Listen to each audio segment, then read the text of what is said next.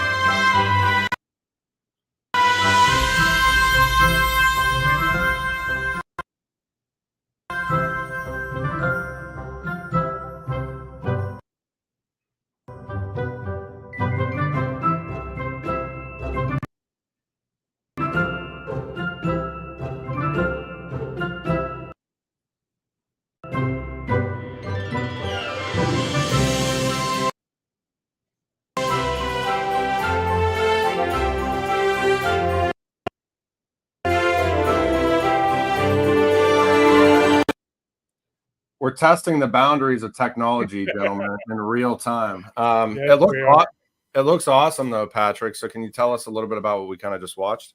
Yeah, I was questioning if it was lagging with you guys as well. So, yeah, a little bit. It was like 3 or 4 seconds and then a tiny lag. But I mean, the the quality came through. But yeah, tell us a little bit about the towns, the villages. Yeah.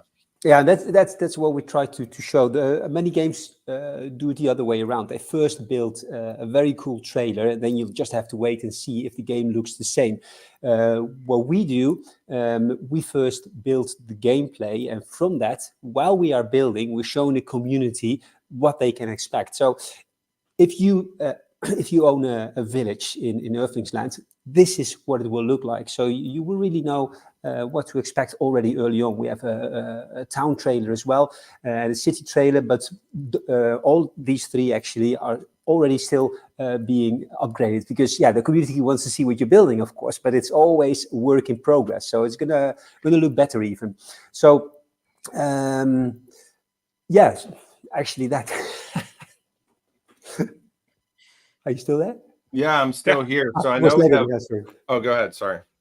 No, it was lagging. I thought it was frozen. So sorry. No, yeah. So I know we have these files loaded up. So next time we'll have to just do screen share to make sure these things come across. I've seen a lot of kind of tweets that you guys have had, and I know we have 2 other videos lined up. So as soon as you guys want us to trigger these, I'd love to share these ones too. But I know that within Earthlings, players within the game have the option of actually owning a bank.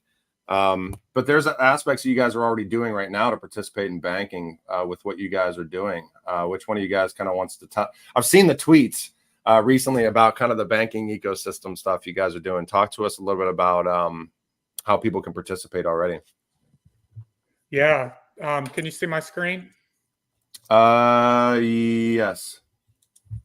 Perfect. So this is if you go to earthlings.land, you can link all of this. So we have a whole section for Steam. So if you hold certain NFTs, you can go to a daily claim and you see those. You go through a disclaimer. Just tells you a little bit about it. And right now we still have over 2 million Steam left to claim. So if you're connected to your wallet, you go to the claim page with certain NFTs, you can collect those. And that amount should last several more months. But what we've just added is this banking system. We've told town owners that they'd be able to own a bank when the big game opens. And we didn't want people to have to wait until the full launch of the game to start participating and actively being part of what we're doing. So we wanted to create something that's pretty much staking. We wanted to keep it non-custodial. So all we have to do is have you connect your wallet. If you have a wallet with any Steam in it, you could have 10 Steam and you can participate in banking. If you go to that, so you start at Steam and you go to banking system, connect your wallet, you'll see here, it will show you once you're connected how much Steam you have. If it says 0 and you haven't connected before, you'll simply enter your email here. As soon as you send it, it will put you in the system. You can refresh, and then you're right in there. So across the top, how this works. Anybody that holds Steam and they have their wallet registered, they are instantly non-custodial collecting Steam rewards. So it'll show you how much you have here in your wallet. This general deposit rate changes constantly based on the total amount of banked Steam. What we're impressed with is that we've added about 15 to 20% in banked Steam. That means people holding Steam in their Hedera wallet just since July the 1st, since we announced our banking rewards overview. So what we do is every day we'll send out a reward for the general fund. And that reward is based on how much we're sharing and how much total is banked. From there, we'll determine the general deposit rate, and you'll get a daily bit of Steam in your wallet. In addition to that, we have rewards amplifiers. These are amplifiers that incentivize NFT holders to hold on to those NFTs, as well as to continue to hold Steam in their wallet. Now, each NFT has a different rate, and if you jump in our Discord, you can see the amounts you get. But it's pretty cool that just by holding NFTs in Steam, you can non-custodially stake your Steam and receive daily rewards. So it doesn't stop you from selling your Steam, moving it around. If you move it to a new wallet, you can register that wallet and immediately be back up to speed with our rewards program. And this, we plan on continuing indefinitely. Like I said, we're going to have actual banks in the game. So this is something that will continue from now until hopefully 15 years from now, when I'm tired of working on the computer and just want to sit on a rowboat on the lake all day. That's awesome. Yeah. And what was kind of the decision process you guys had to incorporate? I mean, the original ethos, Joey, of crypto is obviously the ability to send value peer-to-peer without the need for an intermediary. So, I mean, kind of tying that stuff into the gamification aspects is pretty cool. Is that the thought process, Joe? Yeah. So, if for those that have been following us since the beginning, we've kind of gamified everything. I'm a big fan of game theory and what are other people going to do, or what are people that are interested in your project, what are they going to do? So we wanted to gamify to incentivize. We knew that we weren't in an ecosystem where we were going to get $15 million handed to us to build out a game on our own time and not talk to anybody while we did it. So we also knew that it was going to be very community driven. Patrick saw this from day one. So when you have a smaller community like we have in Hedera, you have to engage those people. You have to incentivize. We started that from the very beginning with our founders card, and people that jumped on those founders cards early have received amazing amounts of benefits and rewards, and we couldn't have gotten our feet off the ground without those. So we never wanted to take those incentives away. We moved forward. We had several more successful mints, but then it was time to launch the token. And in May, when we launched the token, we wanted to provide a value for all of those people since day one that have held those NFTs, up to people that are first-time holders of our token. We're very clear in that, yes, we have an amazing mobile game that's now available. We have more in the works for add-on games, mini games, while we build the big game. But we wanted to give people value and enjoyment while they waited for us to build the big game. We never want to disappear. If we're gone for a holiday or a few days, somebody's always around to answer questions. We try to never ghost our social medias or ghost the community. So what we realized is that with this banking program and our mobile game that I'm sure Patrick would love to tell you about in a minute, we have something that the community can participate in and actively see every single day their rewards and benefits are growing. Awesome. Yeah, Patrick, would love if you could tell us a little bit about the mobile game. Yeah, actually that started more as a fun game where we said, let's build a simple game, combine some existing games like Pac-Man and Temple Run, and let's make something where they can collect some tokens and earn some Steam. But we started doing that for a PC version in Unreal Engine because we already had all the items there. But while we were building, we were saying to each other, okay, but people are going to judge us maybe on this already. So, and it was more of, while we were building, we also saw that it was more of a mobile game. It would have been so much more fun. And it was easier for more people than to also use it. So that's why when we made it into a mobile game, and I kept adding stuff to it because we said, okay, if we do this, then it must be a bit more fun. So yeah, it's a bit on me that it took a little bit longer as well because we kept adding so much to it. But the thing is, it makes a first impression of what you are capable of, even though it's mobile and not PC. And we did find out that Unreal Engine is not perfectly suited for mobile. That's more for Unity, but that's another story. We finished the game here.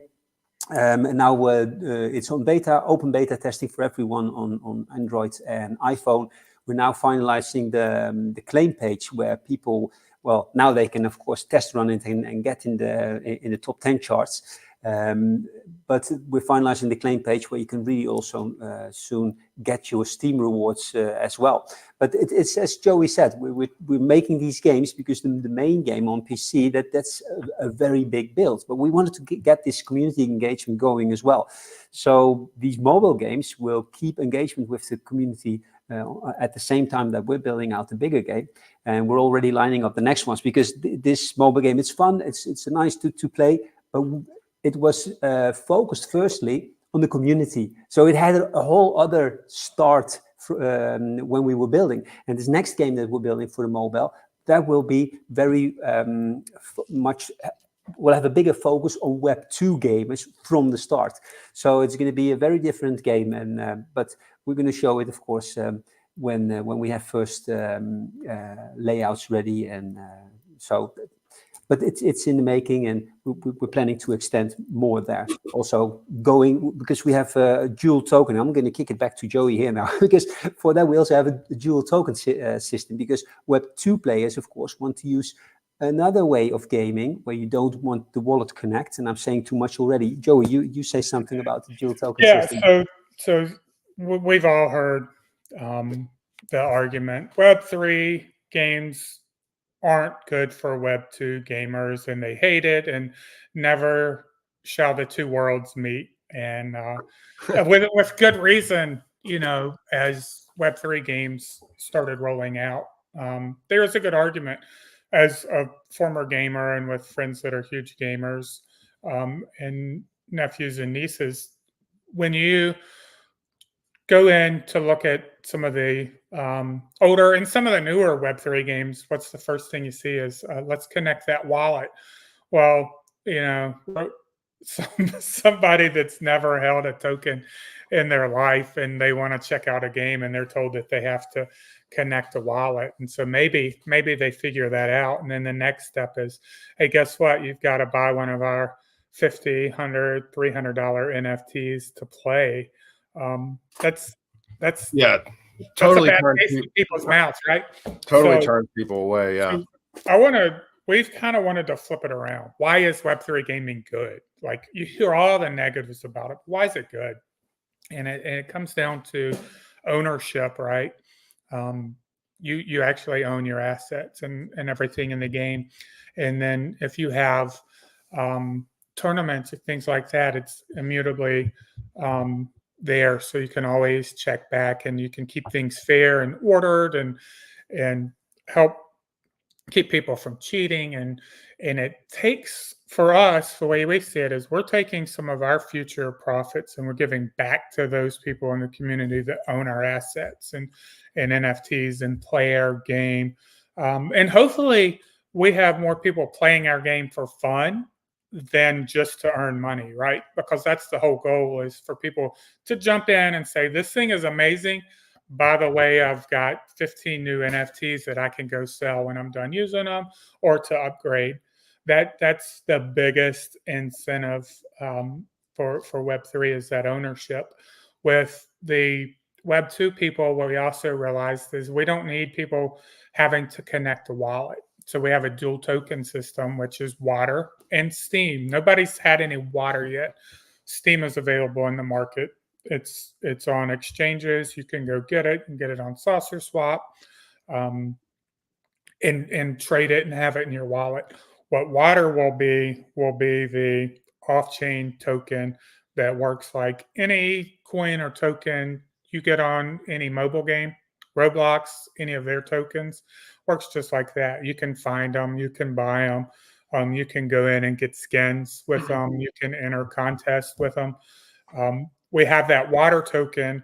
So in theory, Brian, you could jump in, join Earthlings, never connect a wallet, play quests in the game, participate in activities, have new skins for your avatar in the game, grow the game that way organically, and continue to play Earthlings and never even think about Web3.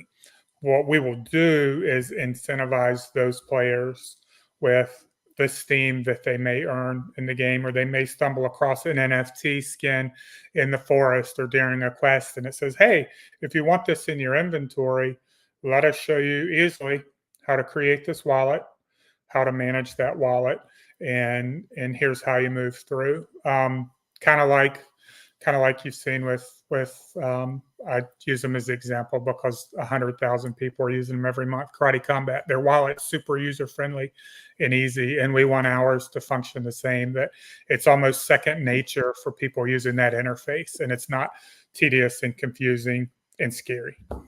Yeah. Can I add a little bit to that? So with the wallet integration, it makes sense. More games are now speaking about this, about trying not to go and show wallet first, but something that's not being spoken about a lot is that you actually, if you do have this wallet popping up, you're actually telling gamers, we're a Web3 game. If you don't have a wallet, well, you're not able to join. So you're addressing, for instance, let's say you're on Cardano or on Solana. They have quite big communities, of course. Well, huge communities. But these communities still are so small compared to the Web2 gaming communities. But with a wallet pop-up, you're actually saying, yes, we are just for the Solana boys. So if you're a gamer, well, bad luck. So it's why not address the big community first, which should be your target group, the gamers, and then cool if the crypto enthusiasts were there first and we're already enjoying it. Well, great, but your target group needs to be the Web2 gamers. So that's why we have this dual token system. Yeah, no, I totally agree. You got to get people. I mean, I think I put out a pretty long, arduous post maybe a week or two ago. You have to get people here, right? Get people interested in what you're actually building, whether that's a game or whatever it may be. You have to get people engaging and having fun playing the game, and then it's much easier to be like, hey, if you'd like to increase the amounts of interaction you have within this world or within this game or whatever it is, you know, you're already here. Here are some options to be able to do that. I know you guys have 2 other videos loaded up. I want to make sure that we get to them if we can play them real quick here, and then we maybe we can go through them, maybe through, it's not a video, but the slide, it's a PDF showing the interface. I would love to show that a little if we can. Is it this one? Yeah, because we've been showing a lot of... If the video is going to lag, just go through this before we end up show up. So we'll give it like 3 more minutes here if you could walk us through this quickly. So you can just scroll down because it's going to be it's not going to be too long.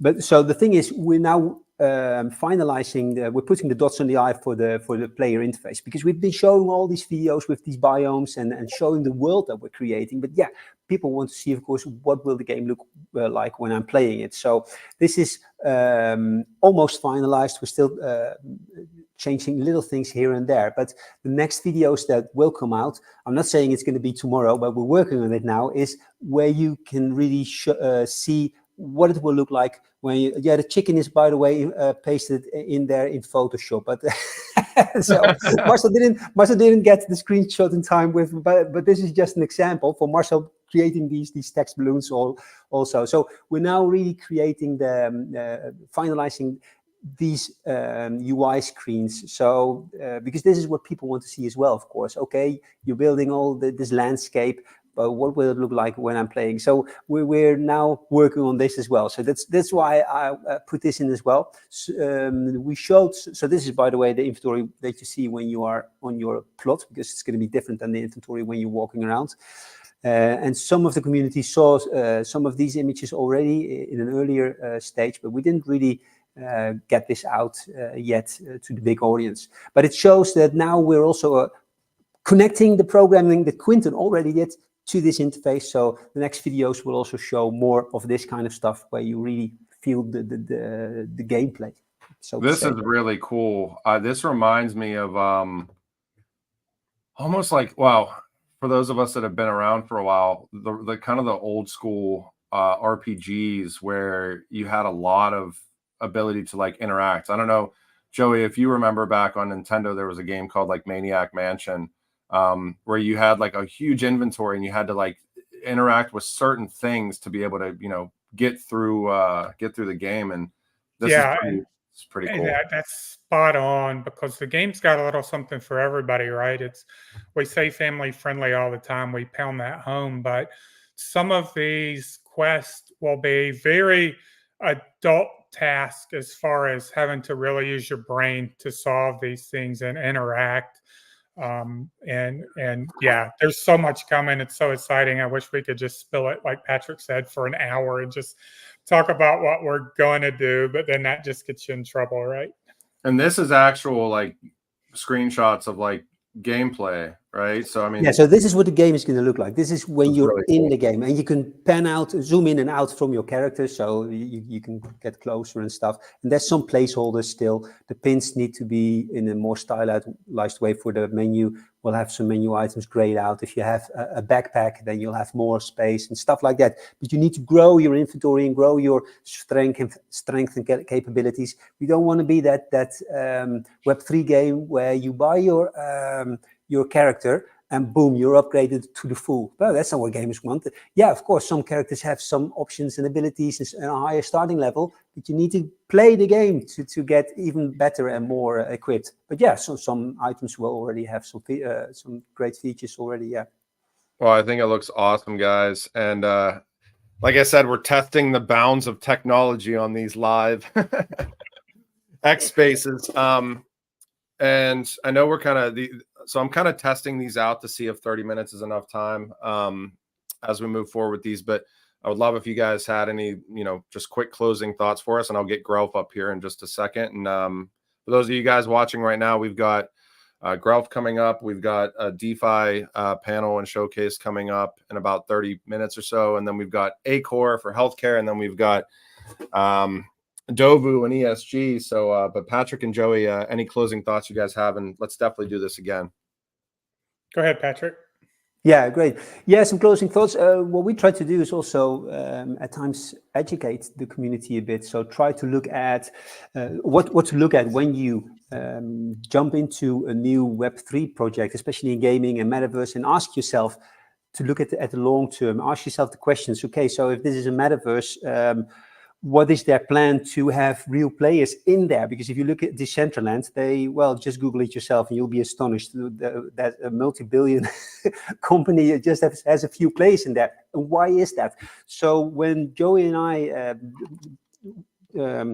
went into this, we're doing this daily now, and you really get another look at these things. That's those thoughts we really like to share with our community, to look at from another angle at any of these projects, and then you'll have a better overview of what works in Web3 and what doesn't. So that's my final point. Maybe Joey has to say something as well. No, I just want to thank you and all that you and your team do with Genfinity.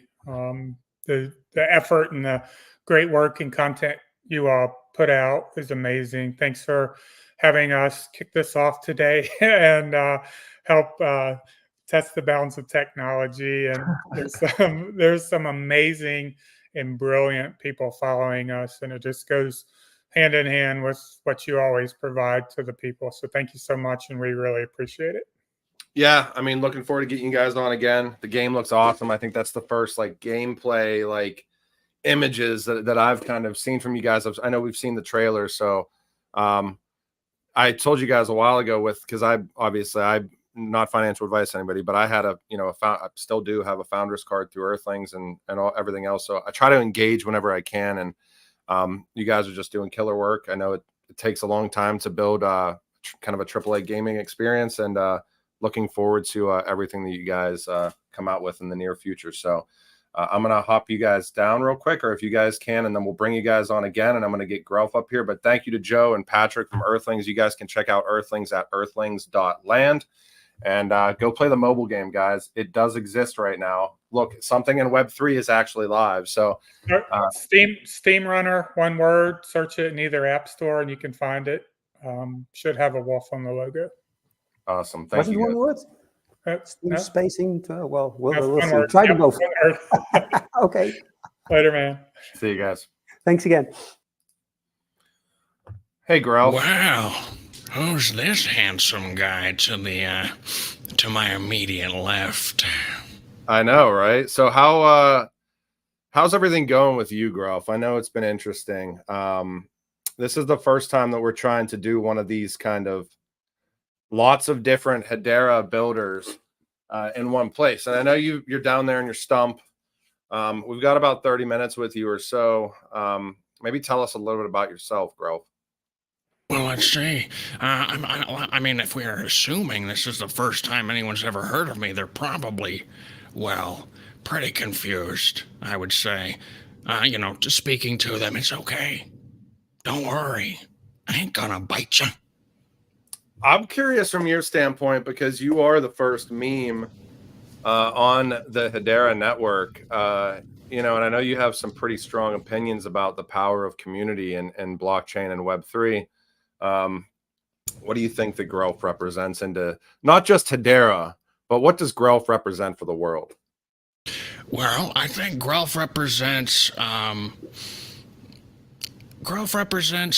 if I was going to put on my smart glasses, hold on, let me do that. Let me get some smart, well, let's see here. Let me pontificate on this for a bit. Grelf is kind of a character coin, right? So Grelf is not a typical meme coin. A lot of meme coins are like, oh, look at this fluffy little doggy. Ain't he cute? Or this guy's got muscles and sunglasses. He's so cool. I'm not cool. Muscles? Muscles, yeah, right. You know, the ones on top of your blowns. Yeah, I'm not really cute. Or cool, really. But, you know, I am a bit of a character. So I try to prioritize that. A lot of meme coins these days try to say, oh, no, don't worry. We've got utility. You know, we got a thing you could spin a little dial and some lights go off and you get some, you know, they try to bolt on that stuff. I don't got no utility. It's just fun. It's just a fun little thing with a weirdo like me. And, you know, hopefully people enjoy it. I know you're a strong believer in the fact that community does move the needle, or at least there's got to be somewhat of a middle ground. What are your thoughts on that? As far as, you know, and I think it's interesting if you look at, like, you know, meme coins regardless and what that kind of represents in blockchain. It showcases one thing, which is it showcases the fact that, like, you know, community can kind of pull together under some sort of a thought process and drive the needle as far as they want to drive the needle, basically. But I mean, I keep talking about needles, Grelf, but I mean, I would love if you could talk maybe about, you know, the power of community here for us. Well, sure. What's unique about Web3, right, is that compared to pretty much any other industry, if you want to get to know somebody who's behind a project, you just pop into the Telegram, pop into the Discord and say, hey, where are you at? And usually they pop up and talk to you. It's very unique, right? And it's definitely an evolution of how brands interact with people. In the space of Web3, community is extremely important for that same reason. You're very connected to them. They're very connected to you. So maintaining that connection is incredibly, incredibly important. And part of the reason I think meme coins can even exist is because if they do have that strong connection, if they do have a strong community, if you are engaging people with fun content over a long period of time, that's, you know, that's enough value for a lot of people to get interested in your project. Yeah. Did you have a makeover? Well, I did brush my hair. And, you know, I'm a little embarrassed. I figured somebody would notice that I got an eyebrow trim. Nice. I think it's, you know, if we look out across not just Hedera, but kind of the wider crypto space right now, I don't know, Bitcoin, I looked yesterday, is right around like $53,000 or whatever it is. It's crazy to just watch like the sentiment shift, you know. I always think it's kind of funny to watch the prices up, technology must be good, prices down, technology must be bad narrative. And without getting too much into like price type discussions, I'm curious, what do you think is going to solve the sentiment problem? Because there's, you know, this is kind of across all of blockchain, all of Web3. We see a lot of real world adoption and things like that, but you know, there's a lot of kind of negativity that exists out there. What do you think would help the negativity aspects? And maybe this is the giraffe. I don't know. Well, obviously having a giraffe for the entire Hedera community to look up to would fix, I mean, nearly everything. But, you know, people get mad when number go down because they have, you know, monies. They have monies that go down with it. And people happy when number go up because they, well, again, have monies. What I think can help is, eventually things are going to get a little less, let's just say, volatile going forward, hopefully. You know, if you look at markets, typically when a new market or a type of market shows up, it's very volatile for a while.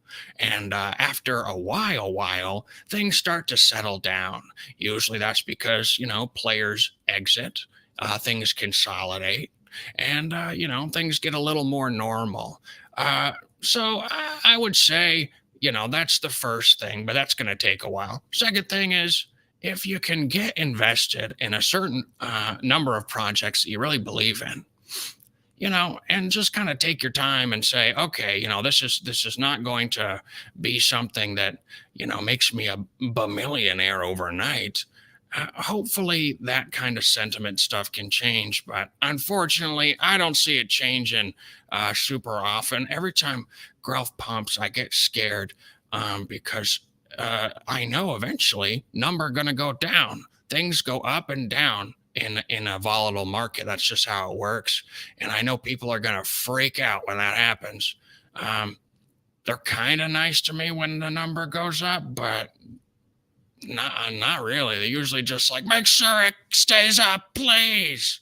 You know, but I have absolutely no control over it. I don't even understand what a cryptocurrency sneeze is, much less what a previous sneeze would be. Yeah. I've seen you making the rounds, you know, and you're on a lot of different kind of shows. What's kind of your favorite? What are your favorite shows or podcasts or types of things like that in the Hedera ecosystem? Well, we've got three. So I would say the three best ones are this ones. The other ones is Brandon D. And then the other one is Brandon H. So we got two Brandons and a Ryan. And those are my favorites. I go on Brandon D's show a lot. And he's probably sick of me at this point. But I can't help it because I can just live call in whenever, and then he's forced to deal with me. It's pretty much a perfect setup. Yeah, he's done. I think so. This is Brandon Davenport. It's Brandon D. Brandon does a space I want to say it's every Wednesday. It's about 2 hours long. And if you, I guess for anybody out there that's ever interested in staying on top of all things Hedera, without any filter, by the way, I mean, this guy goes deep into, you know, not afraid to touch base on any subject. Oh, he goes deep when he touches base, I tell you. Deep. Yeah. So this is, yeah, I mean, so he's on episode 132. And this is, I mean, that's just, God, it's like 2.5 years at this point in time that he's been doing a weekly show, which is absolutely just crazy. 2 hours every week. And then the other Brandon, obviously HBAR Bull, which we'll share here in just a bit whenever he comes on, does kind of a great job as well. And I've seen you get into some serious discussions on these spaces, Grelf. I mean, I know, you know, I know you're not one for sugarcoating, right? So, yeah, I mean, I'm always curious too. Like I try to take stuff, I guess, a little bit more through the positive lens. Maybe touch base on your opinion on just where we've seen growth in the Hedera ecosystem over the past couple of years since you started on your journey, because I know that there's been a ton of growth, a ton of real world adoption, a ton of ton more projects and builders. What sticks out to you kind of the most?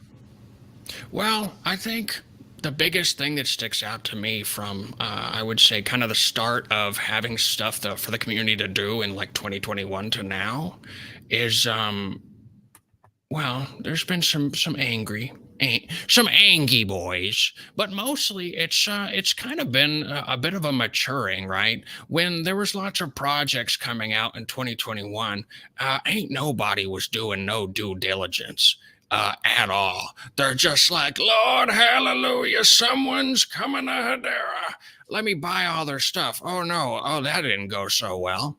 So these days we got a lot more legitimate projects. We got some legitimate builders. And I think that's something that's a real strength of our community that people, if they're not outside of our community, may not be aware of. We've got a real strength in content creators on our little network. It's, you go to other smaller networks that don't exactly have DeFi figured out, and it's, well, ain't nobody making 2-hour live stream videos, I tell you that much. Mostly they'll make a tweet and be like, guys, it's awesome. Everything's so good. We're going to be millionaires. But that's pretty much it.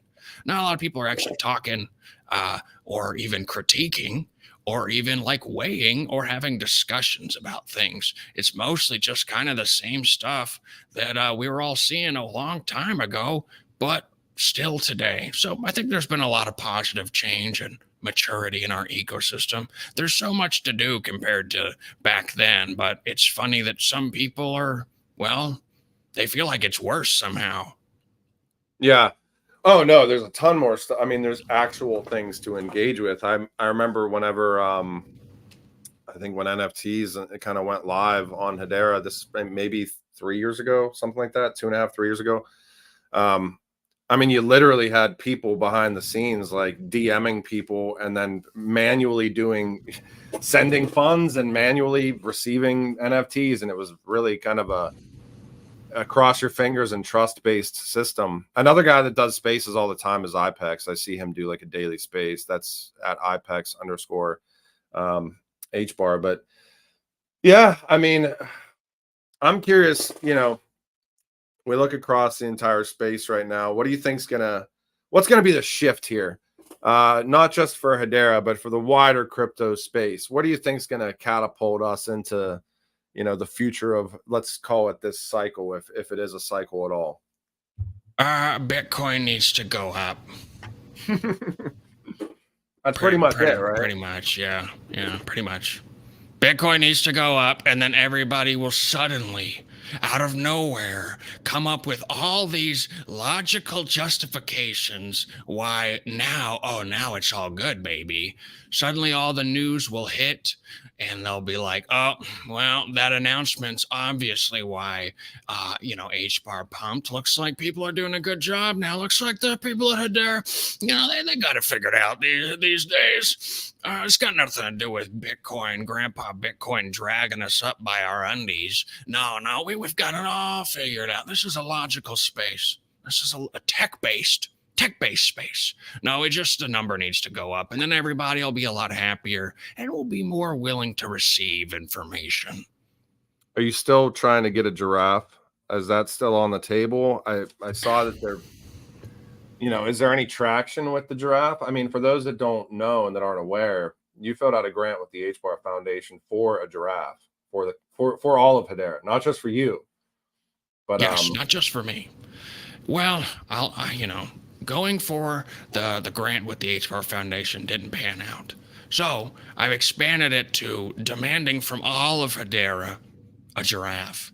Now, I have been brought into some behind the scenes meetings with people, and they keep trying to negotiate with me regarding the giraffe. But I'm standing firm. I want I want a giraffe. I don't want a picture of a giraffe. I don't want a video of a giraffe. I don't want an NFT of a giraffe. I want a giraffe. What do you think it's gonna? What? What do you think that the giraffe's gonna accomplish? Let's say in Hedera land, let's say in the world of Hedera land, you do end up getting a giraffe, or no, not you, but the community gets a giraffe. What do you think that giraffe is going to accomplish here?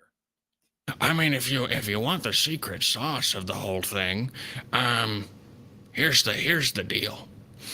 Hedera is not the best at marketing, and what I mean by that is they're not the best at taking hold of the tools that they currently have and that currently exist in the wild, weird world of Web3 to market.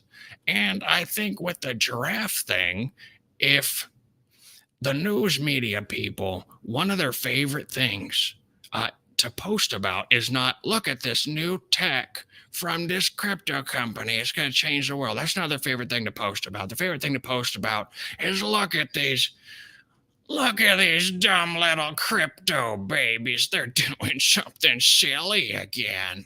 That's their favorite thing. So a headline like Hedera buys weirdo giraffe would probably get a lot more people to look at Hedera. Because here's the thing, you can say you're the best tech, you can say you're the greenest, the cheapest, you can say that you've got the most handsome founder.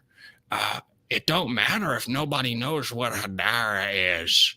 It don't matter. Just exposing people to the fact that we got a name, that we exist, is kind of step number one. And if the opinions on that thing afterwards aren't as important, I mean, people say bad things about Solana, but at least everybody's saying Solana out loud in articles on the internet. We need that kind of thing. And I think maybe kind of a silly PR stunt would be smart. You don't have to connect it to me. You don't have to say, oh, and also buy Grelf. You don't even have to mention me. Just buy a giraffe. And also the benefit is that you have a giraffe at the end of it. Yeah, so Grelf isn't going to directly be attached to the giraffe. Like, you're not going to be attached to the giraffe. Well, I might want to get a little saddle on it and maybe run it around a little bit. But that's beside the point. Maybe I would like to caress the giraffe's long, slender neck and ride atop it like some kind of noble savannah warrior.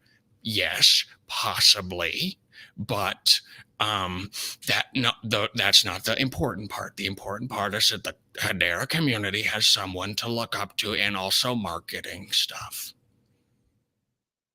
Yeah, I know that Karate Combat, the numbers are absolutely ridiculous with how many viewers. And I put out their X Live alone, I remember seeing it was like, I put out a tweet saying it was like 2 million views, and then I looked like 7 or 8 hours later and it was like 2.8 million views, and I'm sure it's way higher than that now. Do you think that is potentially like the one use case kind of built on Hedera that's really kind of extends beyond all these communities? And not even, I think a big mistake too is that we think about all these things that we're supposed to be interested in crypto and Web3 that are almost like, I don't want to say like recycled, but really just Web3 siloed type things. But then you look at like all the people, the billions of people out there that aren't in Web3 and blockchain. You think Karate Combat has a shot at kind of actually like it's already mainstream adoption, but to bring people, in a meaningful way into like, Hedera, the entire ecosystem of Hedera? So here's the thing that you're touching on, right? Is you don't necessarily need all those people to use Hedera. That's the important part, and I think that's something that has kind of been missing, right, in the direction of marketing, is the priority, right, with the commercials that Hedera is putting on Karate Combat, is to say, let's attract developers, let's attract people to build on the network. No, no, no, no, no, no, no, no, no, no. We're not targeting the small, tiny, insignificant subset of crypto blockchain developers that also maybe are watching Karate Combat. They are going to find out the information about Hedera from other sources. That's not where they're getting it from. No, we have a massive audience of regular folks. We don't need them to necessarily buy HBAR. We don't need them to necessarily get on the network. We need them because we're at step 1 now to know what Hedera is, to know what the HBAR is. And the way you do that is not by throwing out some stock footage and saying some boring stuff from like 3 years ago. The way you do that is by catching attention, by grabbing people's attention, making them think, huh? What? You know, you don't need to tout your use cases. The audience that's enjoying Karate Combat, they're not impressed by that. That's not changing any minds. We're at step 1. Karate Combat rules. Seeing people wail on each other is great. You know, a lot of people are going to like this stuff. We want them to know that the big old H in the middle of the ring means something. And that something is not Hawkstone beer or whatever that other company is that also uses that big H. Yeah, I remember so I had the opportunity to go to my first Karate Combat event. And I know Brandon HBAR Bull, who's coming on in a second for this kind of DeFi panel, has been a huge advocate for Karate Combat for years. Was telling me about it, and I was just the amount of professionalism, like I can't even really describe it. Like anybody that has the opportunity to go to one of these events, I certainly recommend they do it, because I've never seen anything like that attached to blockchain or Web3 in a way that, like, it was just so well done. And I remember, like, there's a couple people behind me that were just like, oh, I heard that this is like blockchain type stuff, and I'm just like, oh man. I mean, huge opportunity. If 2 people randomly standing behind me in the audience are saying that stuff, you can imagine the millions of people online that are kind of watching the same thing. But Grelf, lead us out here. I've got 2 more minutes with you, and you can hang out with us if you'd like. But lead us out here. Thoughts for the future of Grelf or Hedera or the wider Web3 space would be awesome. Well, one thing is, Grelf is going to be the first Hedera meme coin to be listed on a centralized exchange tomorrow. It's going to be listed on CoinStore tomorrow. Yeah. So that's one thing. Also, everybody needs to just start having fun again. Maybe you don't want to. Maybe you think, no, this is dumb, though. If you're not going to leave, if you're going to stay here, try to make some fun where you can. Try to have some fun where you can, because, if you are going to be here and you're going to participate, you should be having a good time, right? Maybe? I think so. So that's all from me. And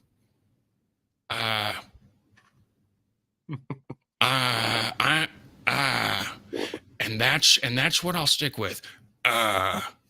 Nice. Yeah. It's always amazing when we see, like, battles and arguments on X or on Twitter or whatever it is, where it's like, look, number one, everybody in every community is looking at this stuff. So it's like, if you want the ecosystem to grow, have at it if you want to kind of argue. But it's also like, arguing over a single piece of pizza whenever, I'd rather kind of like figure out how to, own every piece of pizza in the entire world instead of arguing over this slice. But anyways, Grelf, thank you so much for joining today. This is certainly kind of a test environment for us. And I'm going to get Brandon up here on the stage. Grelf, you can hang out if you want to, or hop down if you want to. And let's get Brandon up here with us as well. Brandon, how's it going? So many Brandons. It is that Hedera seems to attract Brandons. It's going pretty good, Ryan. Thanks for having me on. Good. Yeah. So I know we've got a little bit of a DeFi panel that we're going to be getting into here. I believe we've got Brady from Bonzo that's going to be hopping in momentarily. Swisscoast, which I've never had the opportunity to have on here today. But before we get to those guys, as we let them hop in, maybe tell us a little bit about what you've been doing recently. I know you're busy with all things in multiple different hats throughout the ecosystem. Shark Bites is still alive and kicking. You do such a great job with those. But yeah, tell us about what you've been up to recently, Brandon. Yeah, it's been busy. You know, I do a few things as you mentioned. You know, I have Twidgel, which is a startup we have on Hedera. Also, you know, working with the HBAR Foundation, trying to make sure all the projects that they're trying to promote are getting the proper attention. And then I also get the opportunity to talk to all kinds of great builders out there. I talked to Grelf a few times, certainly had Brady on with his new endeavor with Bonzo. And it's just really fun to be able to talk to all these people that are so dedicated to building on this network. Some of the stuff that we've been focusing on an awful lot lately is decentralized physical infrastructure. So DePIN, it was a buzzword a little while ago. But there's certainly a lot happening in that space. Just last week, I did an interview with CLSQ. So they're the team that are already launching satellites into orbit with SpaceX, and they're focused on transactional Internet of Things. And then some overlap with another team we have in our space, Neuron. Neuron is initially starting off, they're focused on an aviation use case, so tracking drones and aircraft and things like that. But once you have those sensors deployed, you can use them for pretty much anything. So you can use them for autonomous vehicles or smart cities or whatever it may be. And both of those teams, both CLSQ and Neuron, to incentivize their decentralized communities, are going to have HTS tokens. So it's going to go pretty much right up the alley of what we're talking about today, because there's so much crossover between these different verticals that we're working on in the Hedera ecosystem. Yeah, Neuron was pretty cool. The web, I know we hear Web 2 and then we hear Web 3, and we like to, those of us in crypto and blockchain, we like to invent terms that matter to people. But Neuron's term, Web 2.5, kind of meeting real world businesses where they're at, and the ability to kind of leverage DePIN where you can have kind of the best of both worlds. But that being said, I know that we've got Brady from Bonzo Finance Labs up here today. We've got Swisscoast up here today as well. So why don't we maybe do some quick intros? I think we're going to be getting into some share screen aspects here, and would love for you guys to walk us through what you guys are building. So Brady, and then Brandon, we can hop back and forth. I know that you're probably a lot more familiar with Swisscoast than I am. But Brady, if you want to give us an intro of yourself, that would be awesome. Yeah, thanks so much for having me, guys. My name is Brady Gentile. I'm the co-founder and CEO of Bonzo Finance Labs. We're a development shop that's contributing to the open source, non-custodial lending and borrowing protocol called Bonzo Finance on the Hedera network. Bonzo Finance is based on Aave v2, and we are set for launch pretty soon here within the next month and a half or so. So very excited about that. Awesome. And I can't remember if it's Tony, but if Swisscoast, if you can introduce yourself, that way I know how to refer to you. And I'm Tony. Yeah, that's correct. Tony, that's right. Yeah. So Swisscoast is a company that exists since many years. Swisscoast made the first private digital Swiss franc in 2018, and is scaling this concept up now on Hedera. We forked the liquidity protocol to Hedera. It's live. I think it's 14 million or 15 million HBARs locked at the moment, and it's growing. And yeah, that's the very condensed summary of what the company is. And we're a team of 5 people, and based in Switzerland, clearly. And basically, it's a Swiss franc on Hedera. So Ryan, I'll dive into this a little bit. One of the things, Hedera sometimes can be a little bit behind in bringing certain services to the Hedera network. But once we do bring some of these things live on the Hedera network, we really can execute well. We saw that with DeFi in general with our decentralized exchanges. We came out and right off the bat, not only was it really inexpensive, but it was also the fastest DeFi platform that we have. And of course, the one that was highlighted is our marquee one that we have out there, and that's Saucer Swap. But the same goes for the other platforms as well. Well, now we're entering the lending and borrowing space, and that really brings a lot of different things to the fore, and these guys are going to talk about it. One of the things that I like about liquidity and what Swisscoast is doing is they're not just targeting, the initial DeFi space. They're also targeting the entire FX market. So even though they're initially starting off with kind of the proof of concept just in the DeFi space, that has a lot bigger view in the future. And then Brady, with the experience he's had at Swirlds Labs, he was really focused on DeFi from the beginning, and his thoughts and insights around where we can leverage lending and borrowing are invaluable. And I think they're going to have a lot of success once they break into our space. Yeah, one thing that I've noticed 100%, which I think is really cool, which we don't see enough of, and I know Brady, this is kind of a huge passion point for you, is we've got these kind of DeFi primitives and everything else, and the education gap is pretty massive, not only in like the traditional world, but I think the one thing obviously Web3 represents is kind of the first time that like normal people can kind of engage with their own finances in meaningful ways. But even in crypto and blockchain and Web3, how many people just are doing things arbitrarily without really knowing what they're doing? You guys put out a really, maybe I'll share it for 1 second here if I can.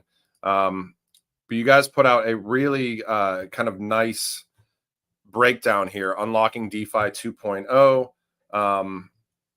Maybe walk us through why you guys are deciding to have such a focus. I mean, if anybody clicks on this and goes through it, there is a huge like amount of information in here. Why is this so necessary for you? I mean, why is this important for you to do? Because I don't see many projects doing this. Many projects are just like, let's let the chips fall where they may, and let's let people kind of fall on their face and learn. Yeah, I mean, huge disclaimer on this. Yeah. Absolutely not financial advice in any of this. Our goal in creating this and sort of proliferating it through the community is we took a very protocol agnostic approach, trying to understand how people across Web3, regardless of lending protocol, are using lending and borrowing, and try to sort of encapsulate all of those different strategies into one place where folks can read about what's happening across the rest of the space.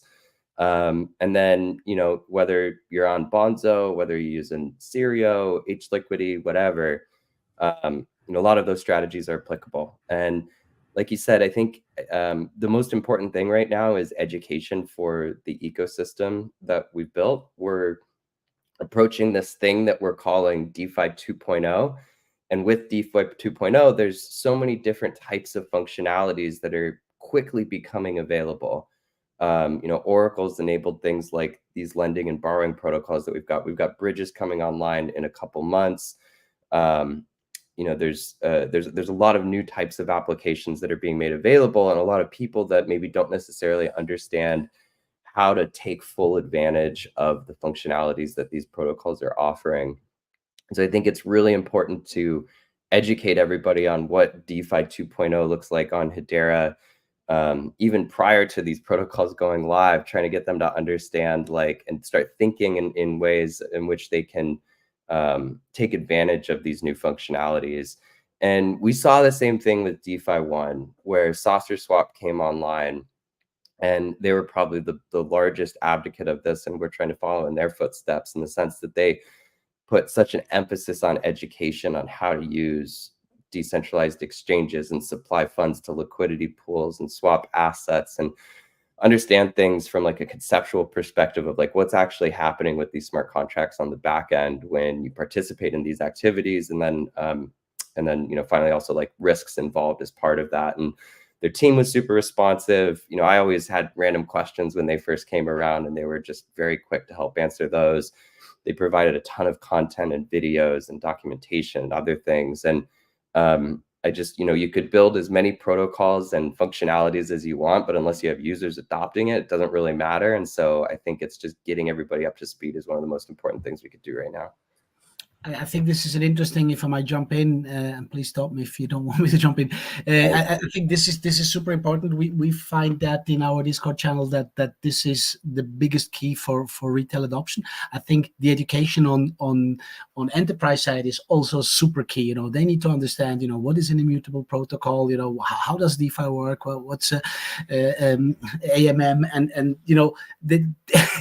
we need to educate both sides, and clearly if like the problem that we're trying to solve with Edge Liquidity is that the Swiss franc is underrepresented on chain. So our thesis is that at one point some of the volume of forex will be on chain, and it's the biggest market globally. I think 17 trillions per day or something. So it's big, and if some of that will be on chain, the Swiss franc should be represented.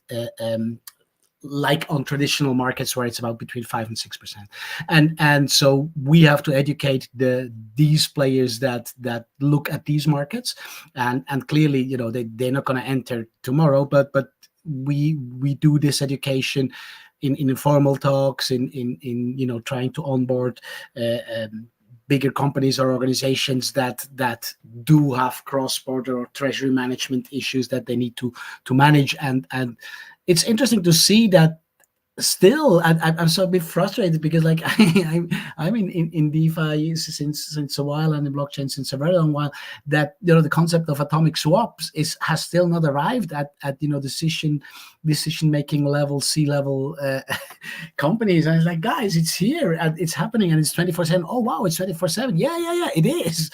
And and so bridging the gap between applying a value at risk model to an immutable DeFi protocol. This is a lot of educational work on that side too, and I think it is, as you say, Brady, the key to bring adoption to the infrastructure that we're building. I'm curious from both your gentlemen's standpoints, and I know that whoever, Brady or Tony, I think that we are going to do some share screen aspects here, and there's kind of a button down at the bottom that's present, and I'm happy to do it too. I'm sure Brandon would be happy to do it as well. So if either of you guys want to walk us through what you guys are building.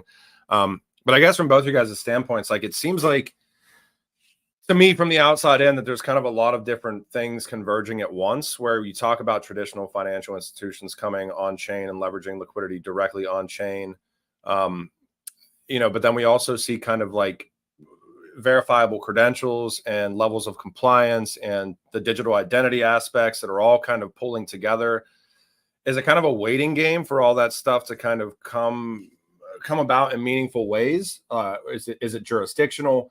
At what point do you feel like these traditional financial institutions are going to actually start leveraging DeFi directly on chain? I think there's certain use cases that, you described earlier as like Web 2.5 that makes sense right now. And those types of use cases, take blockchain technology and augment existing business processes and businesses with that.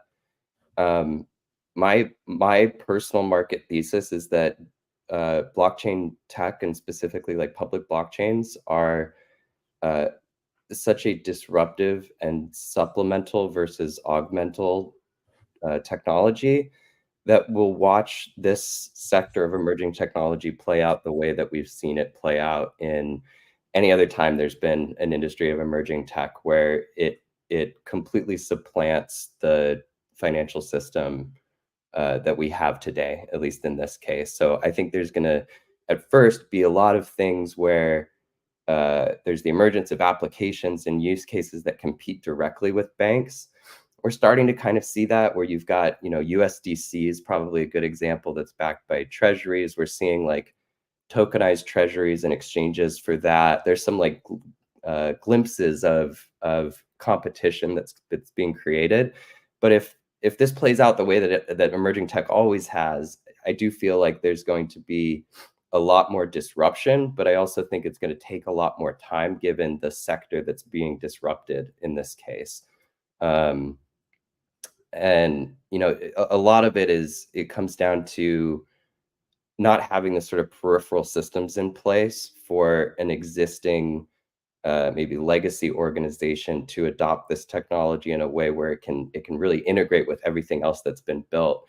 Like if you're going to extract the fullest value of this technology, I think you have to do so by building from the ground up on this new business model, and then being able to pass that value on to end users.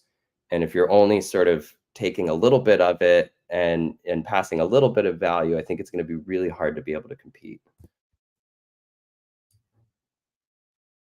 Yeah, I'll jump in there as well, Ryan. I mean, we're already starting to see some of it. Verto, for example, is a commodities exchange that's built on Hedera, and they're already actively trading. I'm going to put actually that in the comments so people can kind of take a look at that video on Verto. We had the digital commodities exchange, which is another example. Of course, we have Archax out there, and these are smaller companies, but are being leveraged by the big players as well. And I think that they're being used as a proof of concept. So you see these smaller exchanges do it, and then you're going to have FTSE and New York Stock Exchange and NASDAQ all looking at how this is being done on a small scale, and hopefully in the future they're going to pick that up, or they're going to be disrupted. You have the Texas Stock Exchange coming in, and if NASDAQ and New York Stock Exchange don't do it, maybe, the Texas Exchange will do it. So, there's going to be those kind of disruptions. We're also seeing some interesting things around, Brady mentioned treasuries. Once you've tokenized something like a treasury, you can enjoy the yield from that, but also because it's a bearer asset, it can be moved around like cash or be used as collateral in something like lending and borrowing, just like cash, while you're still accruing those benefits. So we're already seeing some of the benefits of traditional finance meeting DeFi. So I think it's pretty exciting all around. Yeah. Do you? If you look at go ahead. And if you look at the wholesale part in Switzerland, like the Swiss Central Bank has a wholesale CBDC, and 2.5% of their bonds are already tokenized. So it's happening on the large scale. Clearly, this is wholesale, but I mean, there will be a lot of actors that will need infrastructure that does scale. So I think, particularly in Switzerland, we have so clear regulations, and everybody knows what is allowed and how you have to act as an actor in the financial market. The adoption, we see it's happening, and 2.5%, there's 1% missing, and then it's 3.5, and then it's relevant. Yeah, I'm curious from Brady, and maybe you as well, Tony, where if you look at like some of these big like the BlackRocks of the world and Franklin Templetons of the world and whoever else it may be. I think even from like the banking industry, like, do you think that these banks kind of build out their own infrastructure over time, or do you feel like the people that are building these platforms now maybe, almost like acquired at some point in time? Like, I feel like you have to have really strong forward thinking leadership to be able to actually integrate like in meaningful ways, like with the technology. Brady, you said something interesting, which is like, it is building kind of from the ground up, but the only people really building from the ground up, I mean, and maybe I'm mistaken, are like the people that are here now building it from the ground up. So it's like, are these solutions or platforms over time acquired? Are they integrated? Do they plug and play? I think you alluded to the fact that they're not going to necessarily plug and play as much as it's going to be just like rip and replace. Like, Brady, can you maybe walk us through like there's a lot of intricacies there, I get it, but how do you consider these like traditional incumbents like actually adopting? Are they going to adopt the platforms, or are they going to integrate, or are they going to acquire the platforms? How does that kind of play out? Yeah, I think with traditional finance especially, they are much more slow moving. They're typically hesitant to a lot of change, especially when it's something that seemingly works. They typically don't change until someone forces them to. I think, probably Robinhood is a great example of that, as a change agent within the financial system and forcing other trading platforms, for example, to go, zero fee and figure out ways of changing their business models to support that. I think with this technology, I mean, my belief is that you're going to have people who are building today. And as we start, as we continue to build, and as there's so many people fighting on many different fronts for many different perspectives of having this technology be more applicable for mainstream adoption, like the standards that are being formulated, the robustness and security of the infrastructure, things on like the regulatory and policy making front. we're inching towards being able to do more with the technology that competes with mainstream, traditional finance.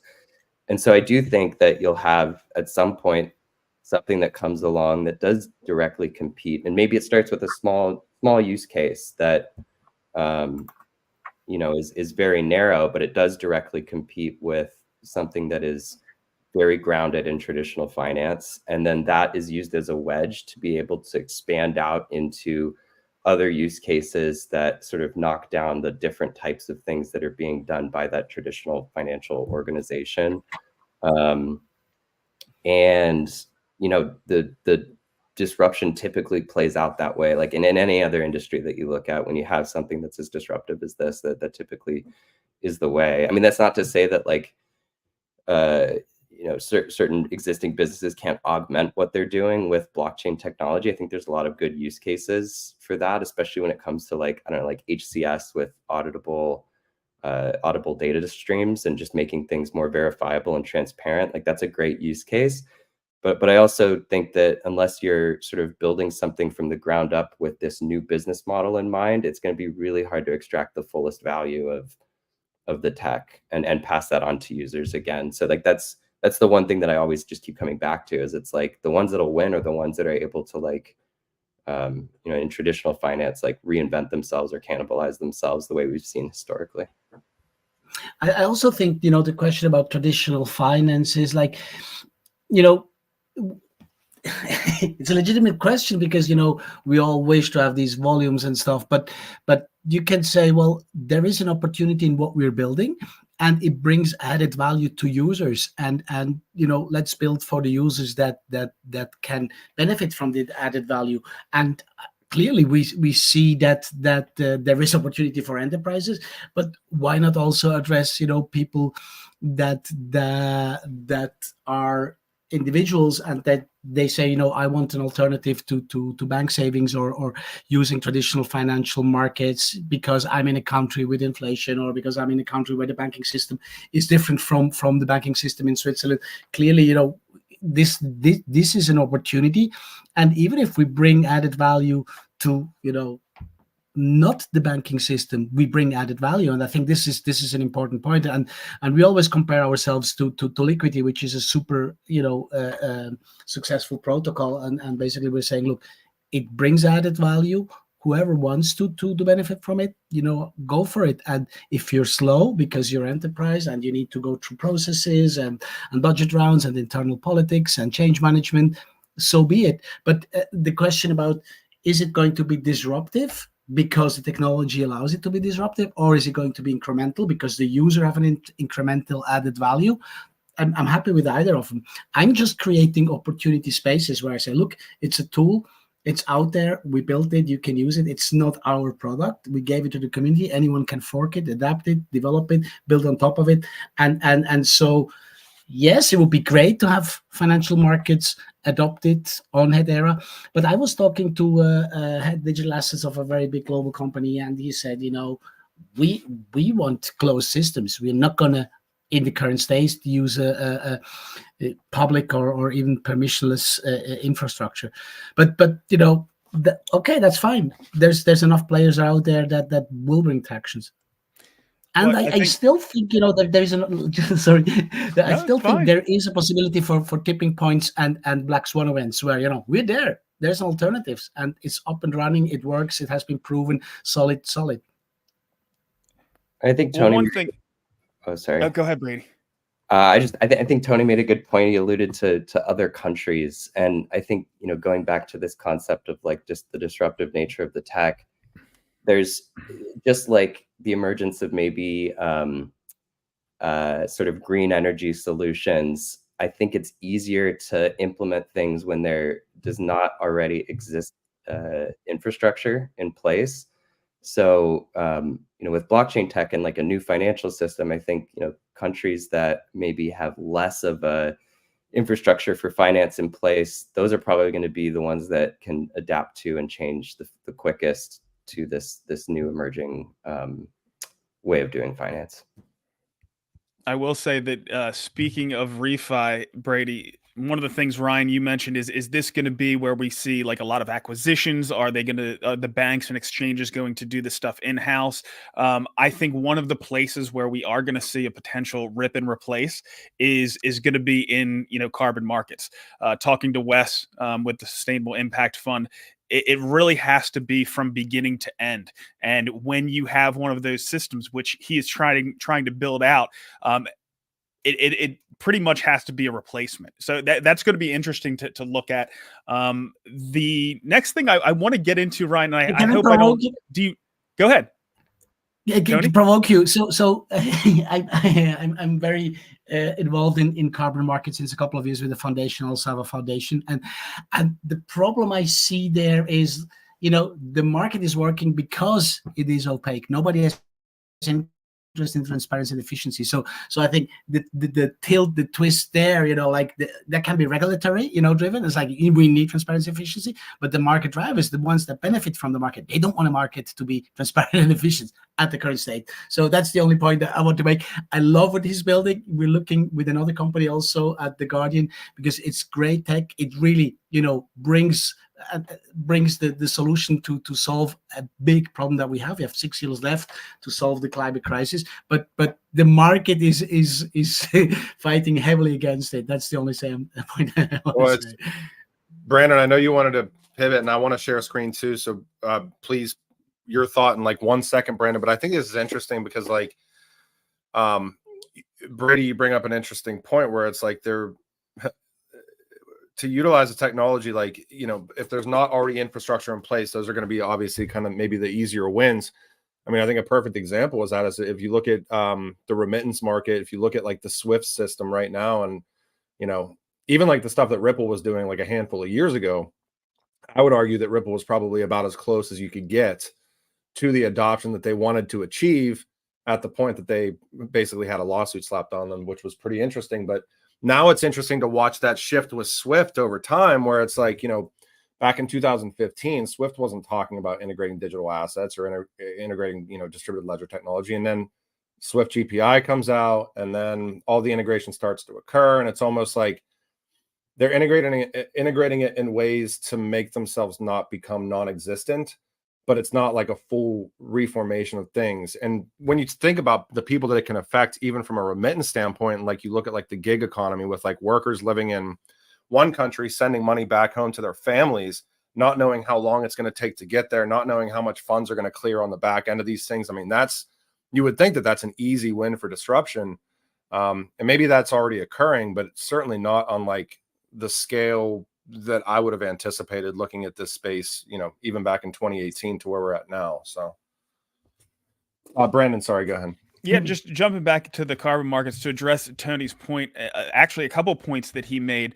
There's going to be pushback across the board, but when you have networks that can bring the transparency that's necessary, the reason why Microsoft didn't get involved with the carbon markets, they wanted to offset all of their carbon, but they got into those markets, and because they were so opaque and they weren't trusted, they weren't going to get involved. And when you have demand of not just Microsoft, but pretty much every company that's out there, you have tremendous potential to take it from a multi-billion-dollar market to a many trillion-dollar market. And, when you have that opportunity in front of you, the changes are needed. So you do need that transparency if you want to grow to the proper size. And as you said, Tony, there is also going to be regulatory push and pressure coming from governments as well.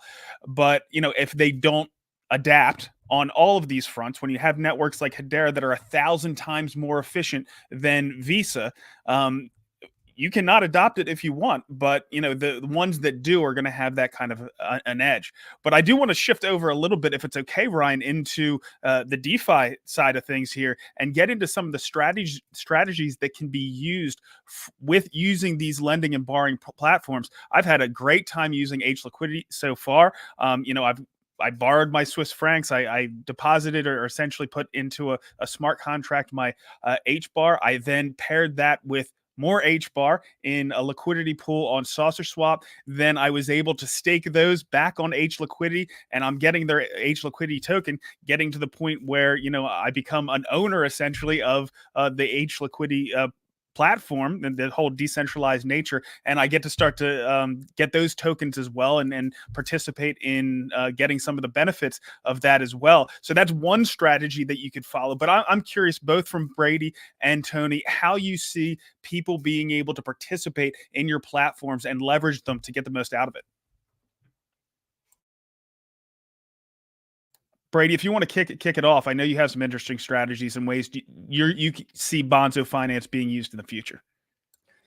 Yeah, I think, at the highest level, the way that we're looking at it is that Bonzo Finance is the liquidity layer for the Hedera DeFi ecosystem, in the sense that this is a relatively safe and beneficial way to make liquidity accessible for users, for institutions, and for future applications that are part of DeFi 2.5, 3.0, 3.5, things like perpetuals and futures and derivatives. All of that does rely on a lending protocol and having liquidity in place in order to be able to perform some of those types of transactions and support those protocols that'll eventually come online as part of the progression of DeFi on the network. I think that the lowest hanging fruit for us, at least in the way that we're thinking about it, is the benefits to large token holders, treasuries of token-based projects, market makers, essentially, larger players in the space, I think, are the biggest users of lending protocols if you look at other lending protocols across Web3. And so, again, lowest hanging fruit is talking to token-based projects saying, hey, this is a relatively safe place to supply liquidity, and there are benefits to doing so as part of their sort of treasury management strategy, whether that's HBAR that they're holding or their token in particular. If they supply their token to liquidity pools, that creates a significant amount of liquidity for other users to borrow and utilize. We've had conversations with Swisscoast about this very thing with the Swiss franc, where I think it definitely makes sense as part of their strategy to try and make liquidity as accessible as possible for the Swiss franc, and making that eventually available on Bonzo and in other places as well. And I think that same thing applies to any other token-based project on the network. And I think what it does is it unlocks new liquidity that maybe wasn't previously accessible. It's just dormant. And that's really the biggest benefit I see is, like, you could launch 100 DEXs and throw incentives all day long, and then you'll watch liquidity migrate around from every DEX so that people can harvest yield. But that's not really unlocking new liquidity. It's not giving people a new place to supply liquidity and new mechanisms to do so that's maybe more relatively safe than a DEX. Like, a quick example is like a DEX. When you're supplying liquidity, for the most part, there's a chance of experiencing impermanent loss because it's sort of a two-sided token pool. With lending, there's a single pool, it's a single asset. It's relatively more safe from that perspective, and there's a very strong benefit to projects to be supplying that. It opens up the door to a lot for like market makers and other institutions as well. They're performing various transactions as part of their business models to support the tokens that they're working with or the projects they're working with, and like they'll likely be needing and wanting to use this as well. So we see, although retail will play a big role in it, it's gonna be on a smaller scale, I think, than where institutions and larger holders and organizations are going to play, at least with lending and borrowing specifically. I completely agree, and I think our perspective is like we're smaller Lego piece really, and we offer clearly something that is interesting, but it only makes sense if we have synergies like Bonzo and stuff like that. So and other stuff that apparently other people are thinking about, building on top of what we did now. So I think we need the whole range of tools in the ecospace to build and attract TVL to Hedera. I think that's one thing. If we can share the other space, maybe the other page, yeah, that one, and scroll down a bit where you can see the ecosystem a bit more.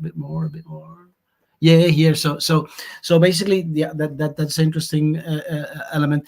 So, and I have several hats. On one side, I'm part of the Swisscoast company. We built the code, and it's out there, it's live. And on the other hand I have is I'm a user and a community member that uses HLiquidity. So clearly, and this is not a financial advice, but just an explanation of the power of the protocol is like, you can use this protocol to go long without to leverage the exposure without a centralized exchange. And I think this is a very powerful tool just to explain that we don't need centralized institutions, because code, immutable decentralized code, can do that. And as a user, I might have this strategy.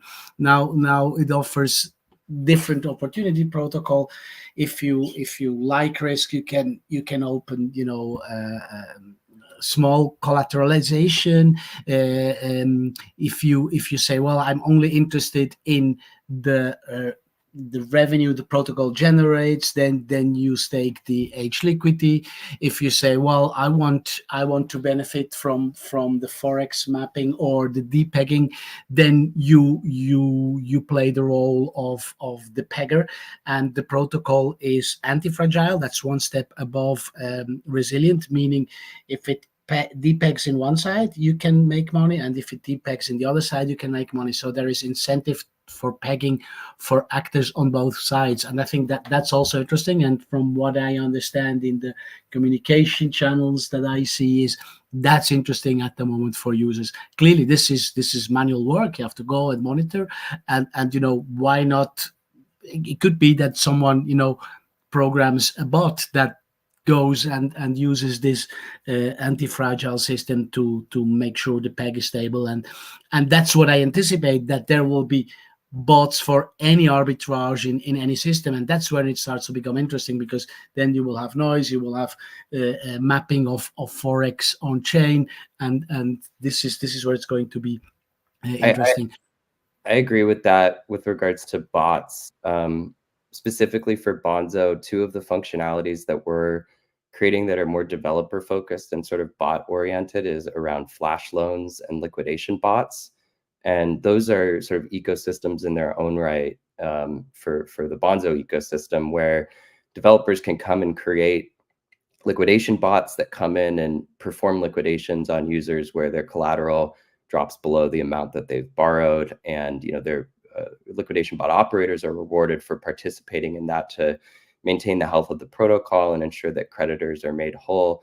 But then with flash loans, a big part of that is one of the strategies is around like arbitrage, for example, where you can take out a flash loan, a significant amount of funds, use that to arbitrage between two decentralized exchanges based on the discrepancy between the price of an asset on both, and help create more efficient markets by having that flash loan bot automatically arbitrage between the two dexes, earn a reward, profit for doing so, and utilize Bonzo for that, but then also, again, just create more efficient markets. And so I do see bots being a massive thing that kind of feels untapped right now with regards to the Hedera DeFi ecosystem. We're seeing some bot activity, but I think that as part of our education strategy, at least, it's around developers and it's around teaching them to build these bots that are helping maintain the health. And that does come with risk, though. It's like when you're giving people the accessibility of like, significant amounts of funds without having to put up collateral, you do open the door to, potentially economic vulnerabilities that are found, and a lot of fast change that takes place within the DeFi ecosystem. So it'll be interesting to see how that plays out. We want to try and make it as safe as possible for not only the protocol, but the users, and then also just the DeFi ecosystem as a whole. When you start adding these new functionalities, it definitely changes the dynamics. I think one of the interesting elements is the arbitrage from DeFi and TradFi space. What will happen? Will it go one way or the other way? Where that can be also exploited. So if you're let's not say a malevolent actor, but like an actor with a lot of firepower that has an advantage in information asymmetry, then there could be significant moves in one or the other side. And clearly, my wish is that we attract traditional finance to our ecosystem, but it could go the other way around too. So we have to make sure that this cannot be exploited. And I don't know if you looked at risk mitigation in this side, Brady, like what if an actor finds an interesting arbitrage opportunity to take HBAR out of the system and park it in a TradFi and make benefit out of this move. Yeah, certainly. I mean, especially with stable coins being available as liquidity that can be borrowed, there's a lot more that you can do with stable coins just because of the on and off ramps that exist. And so, a great example is the founder of Curve, for example. He collateralized a significant amount of Curve and took out a loan in USDC and used that, I think, in this article I read, to purchase a home, and the asset that he provided collateral, the Curve asset, ended up becoming liquidated. It definitely caused sort of a cascade of effects throughout the DeFi ecosystem that he was participating in. I don't think it was less of a massive issue that I think people were worried it was going to become. It was actually handled pretty well in terms of how that liquidation took place, and the liquidation was spread across, a number of different venues to try and have a more minimal impact. But it certainly is something that I think it opens up the door to. And then with stablecoins, especially, like I said, the on and off ramps of that make it so that you've got a bridge from DeFi lending and borrowing into traditional finance and cash and whatever it is that you want to use. And clearly, because it's you could say the risk is higher on that's the traditional finance view. The risk is higher on a stable coin compared to a central bank bond that is zero risk. So you have to make sure that the higher risk is rewarded higher. Otherwise, you would off ramp to a central bank bond. Go ahead, Brandon. I know you had something, I think, to add here. Oh, no, I mean, I just see the potential. There was a few arbitrage opportunities that there was another person that would do them on a very regular basis, and we would contact the other person as soon as we ran out of liquidity. But then he developed a bot, and pretty much the spreads got so tight that I could never take advantage of it. And now the only time he contacts me is when he completely runs out of liquidity, even in his bot. So I stopped paying attention. So I was the other big player trying to do this. But, with this opportunity to be able to tap into borrowing, he doesn't have to contact me at all. So I'll never have any opportunities. But I better get into the bot game if I'm going to participate going forward. But now that makes sense, Brady, to make sure it's easy for those people that are leveraging the bots, because, I mean, that's the way to make these markets as efficient as possible. And that's exactly what we want. Yeah, I'm curious. Go ahead. Go ahead. The question that I have, it's too open. You can say you don't want to enter the question, but it's like, I think Nobel Prize winners said, humans are not rational actors in financial markets. And we all think, bots and rational and arguments. It's like, where do you feel are we standing there in DeFi? Will rational arguments and rational actors like bots be dominating the irrational community, or where do you see that happening? I think that sometimes the hard rules that are put in place can create within bots can create just as good opportunities that people can take advantage of when they get out of hand. I mean, we've seen that happen in markets time and again. So I think there's still certainly opportunities there, and the same will be there in the DeFi space as well, just like in traditional markets. So people still need to be at the wheel every once in a while, or things are going to get out of control. I think if you have, I mean, at the end of the day, at least my thought process is, if you have tools in place that are really easy to use for people to assess their risk threshold, they're going to use them. I think it's up to these platforms and all the DeFi primitives to actually, make an effort to, just like from the educational standpoint, make an effort with making it really easy to see the amount of risk involved with certain actions that they may be making. And then when you think about the way that bots integrate, I mean, I'm sure in traditional markets, people that are trading and doing X, Y, and Z, they get notifications on their cell phone, X, Y, and Z, if certain things occur. I wouldn't imagine it being any different with DeFi.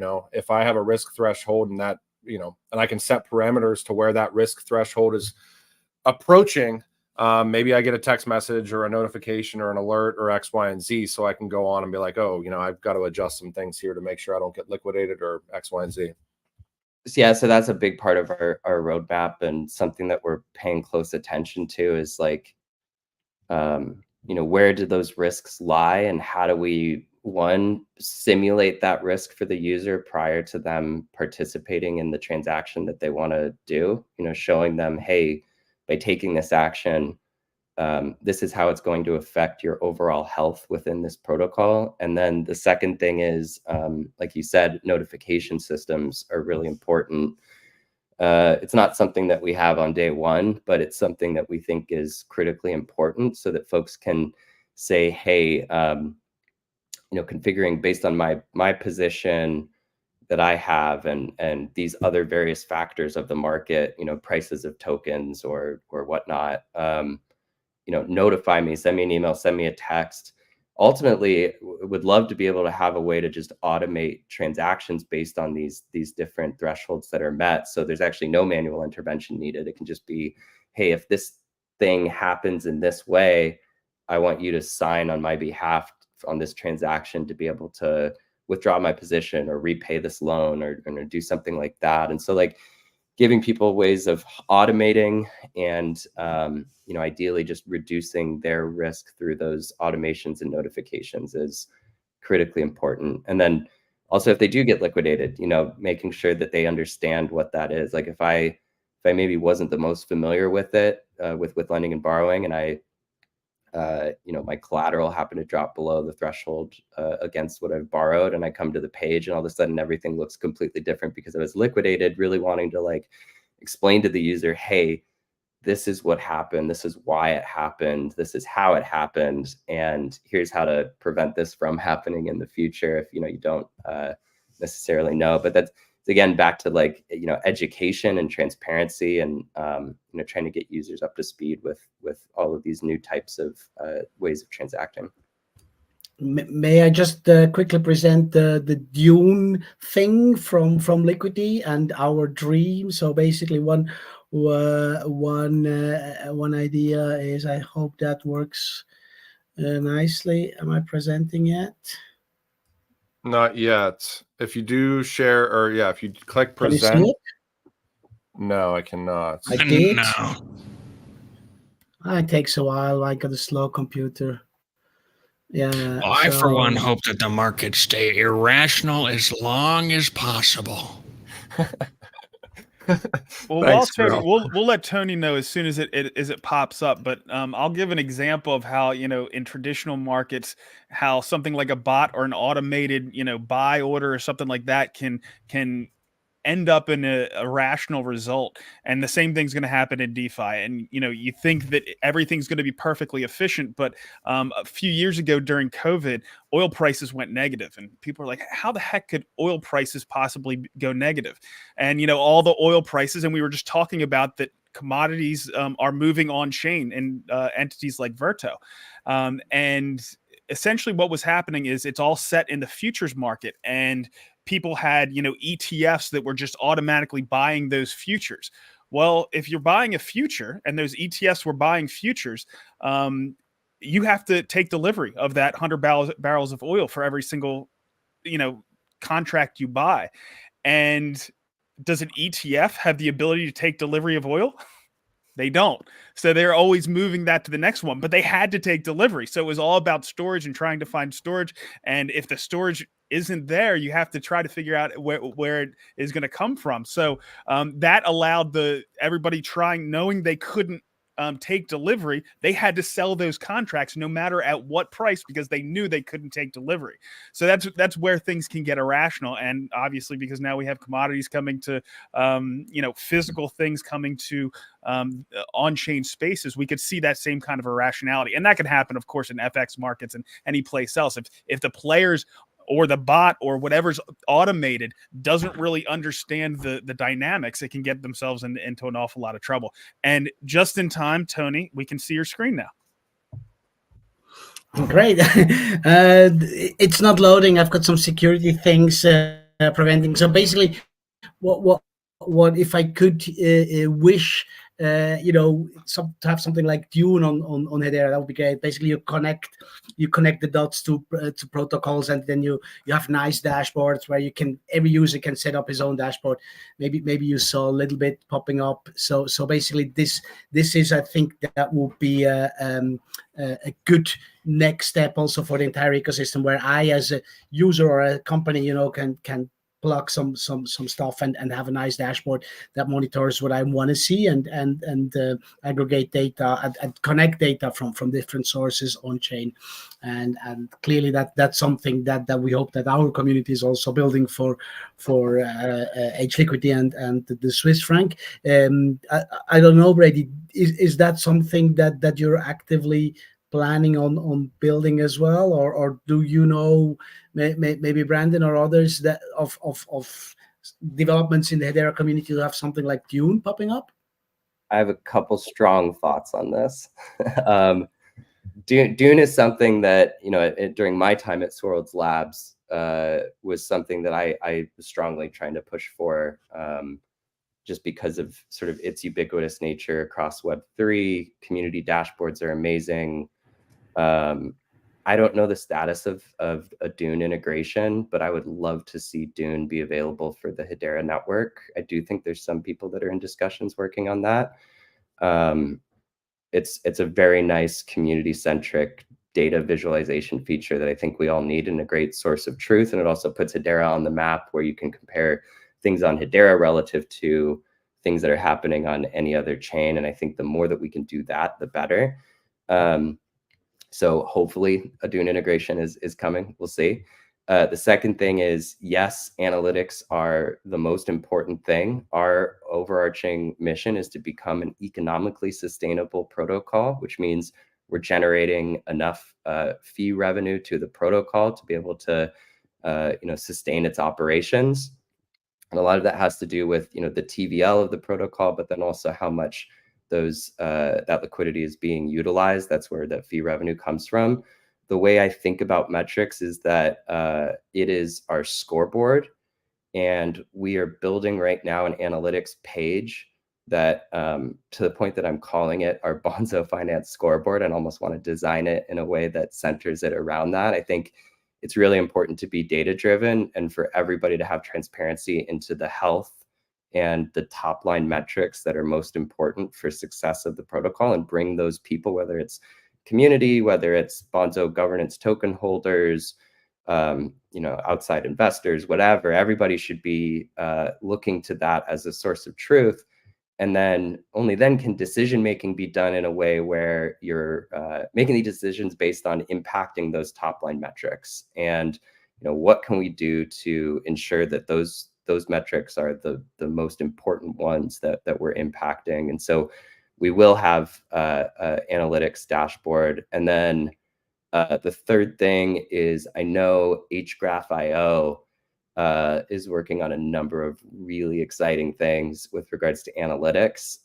Their team is just absolutely knocking it out of the park, and won't give away anything. That's for them to announce. But some things that I've seen are really impressive and sort of fall in line with the idea of Dune analytics, and they even take that a step further with regards to the usability that's going to be made available. So, if you're looking for a project to watch right now that's going to be most impactful, I do think that on the infrastructure and data side of things, HGraph.io is awesome.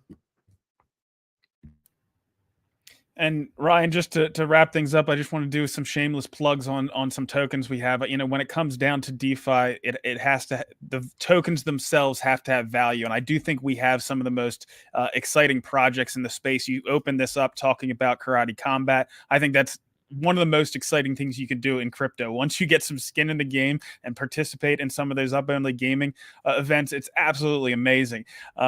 Our meme coin, we've got Grelf up there, and how many meme coins do you know out there that has somebody that actually comes out and participates in podcasts? And you know, he was calling the fight for May the last time we had a Karate Combat event. We have those D-pin projects that I was talking about out there. We already have satellites in space that are going to be part of that transactional Internet of Things, and they're going to have their SEAL token coming out just this fall. We have Neuron that is also going to have a token to incentivize their users. I think that's going to gain a lot of traction. And then we have the gaming ecosystem. And one of the things with Hedera, as with a lot of the gaming ecosystems out there, it takes a long time for these games to actually come to market. And I think over the next 12 to 18 months, we're going to see a lot of the hard work that has been done, you know, in the Hedera ecosystem with Earthlings and Astronova and Vavel and, you know, even things like Doctor Who Worlds Apart. We have a lot of really good games that are going to be coming to market. So I think that's going to make our DeFi ecosystem that much more vibrant. And it's certainly going to be important to have lending and borrowing around that as well. But, you know, if there are teams that or people out there that are watching that are coming from other ecosystems, the benefits of Hedera, of the speed of the dexes, you don't have to wait around very long when you try to make a trade or supply liquidity. And then you just have these people that are attracted to the Hedera ecosystem that have fantastic ideas and just grind through. And it's been fun to watch over the past 18 months or so. All these tokens come to market. And I think the next 18 months is even going to be more exciting, even though we've had a lot of excitement, you know, in recent months. Yeah, I totally agree. I think, you know, when we get into, you know, when I think DeFi and I think that what everybody's kind of building in this space, I think it really does come down to kind of this, you know, if we look at where these networks were at a few years ago, with the things you could even do with like NFTs or transactions, whatever it may be, and then look at the user experience now compared to then, I think it comes down to like user options, and making, because at the end of the day, anybody engaging with DeFi is, every single person is going to engage with it differently, because every single person has different financial circumstances, different life circumstances, different learning circumstances, you know, and if you make that as easy as possible, and you make that, if you meet the people where they're at individually and give them options, based on their risk level, based on their education level, everything else, that's really when we, you know, start to see this stuff massively being used, at least in my kind of opinion. And Brandon, I wanted to give you a shout out, for those of you guys that don't that aren't aware. Brandon does amazing content on Hedera consistently. Weekly updates every single week, alongside Brandon Davenport, which we gave a shout out a little bit earlier. But check out Brandon's updates. Give HBAR Bull a follow at the HBAR Bull.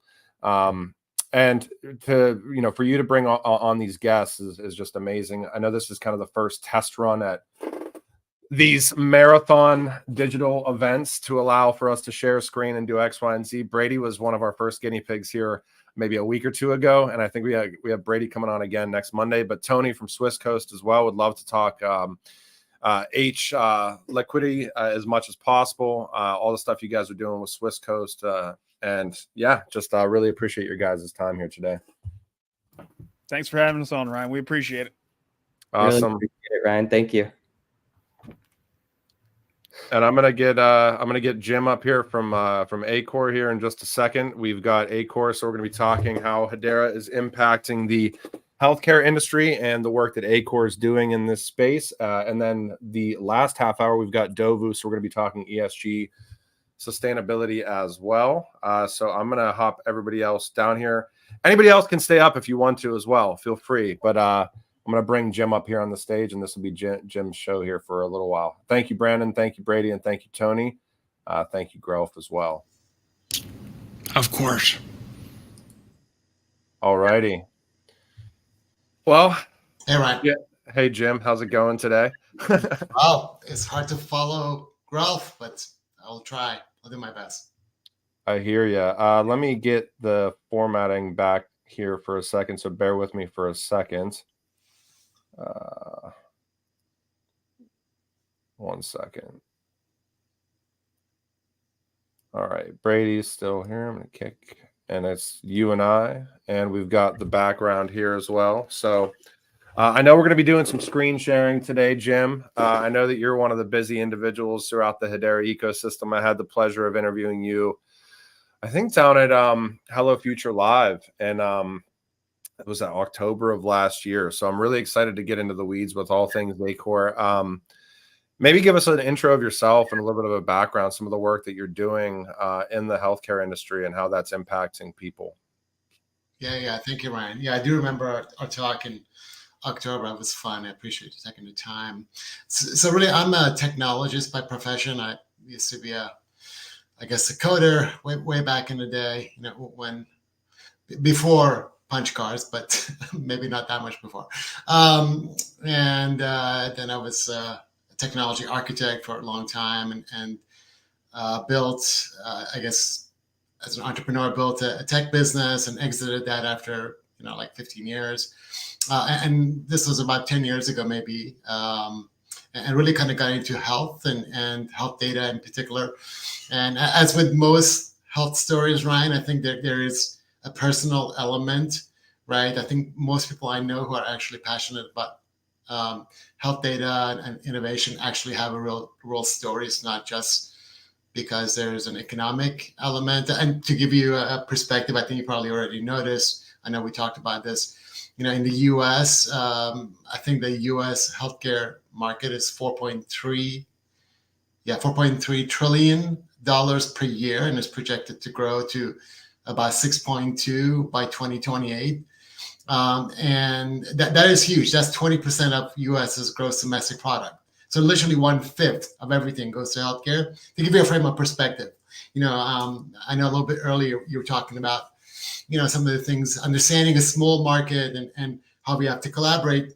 But also I think there are opportunities in very, very big markets that are, maybe we just really understand the tip. We just see the tip of the iceberg, but it's actually like 80 or 90% is beneath the surface, and we don't really recognize how big it is. So that's the way I look at, healthcare and work we're doing, and having started 10 years ago with some family issues and really understanding very, very quickly some of the big problems over the last 10 years or so, give or take, really kind of focusing on well, what can I do? What can now Acoer do? And that started working at the CDC as a chief software architect, and working at a clinical research organization, pharma, for a couple of years, and really understanding in depth what happens with the pharma industry. And the last 5 years or so, kind of all in with Acoer and trying to figure out some of these use cases and how can we innovate. And I think going back to your comment about Hedera, it turns out, and Tony mentioned this from Swisscoast, that part of the reason why the carbon market works is because it is opaque. It's because there really isn't, it's not an efficient market like financial services, largely. It's an inefficient market.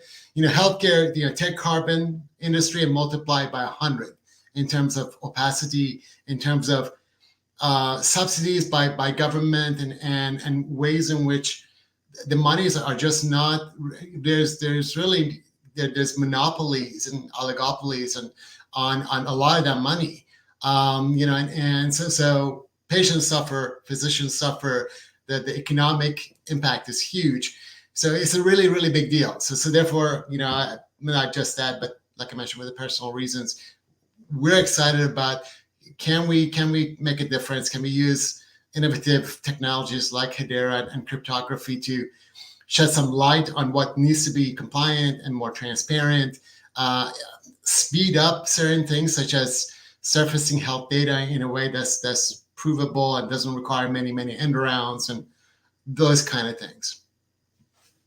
Yeah, I think it's interesting too. Anybody that's kind of had horror stories with their health data, and I think I can only really touch base on things that have personally affected me. And I remember getting out of the military and going through the VA process for disability was like a wild process, and it was like honestly, I think if I remember correctly, it was maybe 6 or 8 months.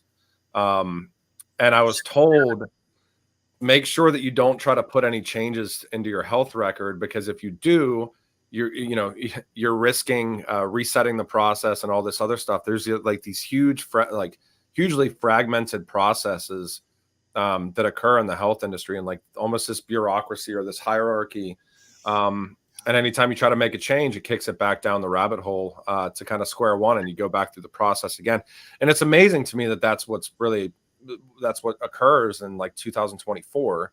And I'm sure if that's happening in an organization like the VA, it's certainly widespread to an extent. Maybe talk a little bit about that.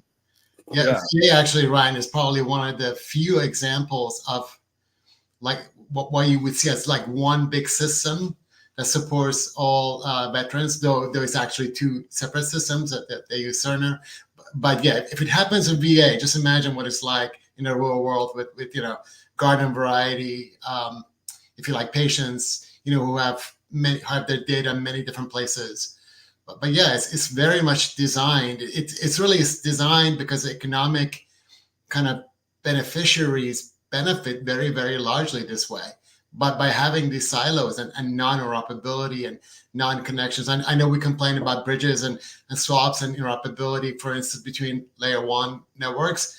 But that's a very, very small problem in context of, for instance, your health data and the visceral need for health data to be interoperable. Yeah, and I would love, I can share a screen here, but I would love maybe if you could load it up too, so we can walk through a little bit of some of the stuff that you guys are doing with Acoer. But yeah, I think, I think there's a lot of different angles here too, when we think about how, our health data and the ways that we interact with like the medical systems are going to kind of change over time. And I think certainly the underlying technology, blockchain distributed ledger, plays a huge role, but I also think different converging technologies like digital identity plays a role as well. How do you maintain that kind of provenance from the onset of your data? Like, there's all sorts of things that tie into the weeds here. We still see, I'm sure, in 2024, mistakes that cost people their lives, as far as, data being misconstrued or data not being accurate as far as people's health records are concerned. And one good example of this is like, anytime you go to, I had to take my kids to the dentist, right? And one of my kids switched dentists, and I had to refill out all the forms that I would fill out that I've filled out hundreds of times in the past through my health records and through their health records. Every time it's like we're starting over from square one. And that's amazing to me that we still go through that kind of that process. I'm going to add your screen to the stage here, but yeah. Let me know if you can see it. Yeah, we can. All right, awesome. Yeah, I agree with you. So I know we have limited time, but let me kind of give you a couple of visuals and most of our products are production. We have clients, so I'm happy to actually get into one or more demos. But really, kind of, if you like, at a very high level, our thesis is that and I think we just talked about it, is that health data really is not connected, it's siloed, and really our gig is, can we make it connected? Can we make it usable? And can we use cryptography to show authenticity of it? That's kind of a high level thing. I know Patrick at the beginning, Patrick and Joey talked a lot about usability of Earthlings and the game itself. I am, and Acoer is really big believer on usability, because it's not the question. The question isn't, do you have access to health data, or can you de-silo it? I think the general answer is yes. These days, through the Cures Act, legally, you're able as a patient to retrieve your data. There's lots of systems that do have to interact with each other. They don't do it, kind of very willingly. It's kind of a reluctant scenario, but that doesn't make the data usable, right? That doesn't mean that the data can be really trusted, or the analytics or the AI or Gen AI on it can be trusted. And that's really what we've tried to kind of focus on. And if you can see the slide, can you see the slide? Yeah, we're good. Yeah, so this is kind of what I guess circa today, what Acoer is really about. We started at the very beginning, this is like 5 years ago, working on what we now call Health Data Explorer as a product, but it was really around reporting or improving public health reporting, particularly around mortality, people dying, and within that specifically around opioid and substance abuse. Before COVID really took over as the public health kind of discourse that took all of our attention. Opioid abuse was a massive deal. I think in 2020, something like 1 million people had died in the prior 20 years because of it. It has since accelerated. It's gotten a lot worse, unfortunately. So it's a really big deal. Like, many kind of billions of dollars, probably hundreds of billions of dollars are spent on that problem. And unfortunately, when it comes to reporting, the underlying issue is, the data is owned by the different states. There's like 50 states and 7 large metropolitans. But they all kind of capture the data in their own way. They all report it in their own way. However, it's a national problem, and just like COVID was, and we saw, 1.2 million people die in 3 years. It's a very, very similar kind of thing. So we started with this with state of Alabama and the work, we had done at the CDC.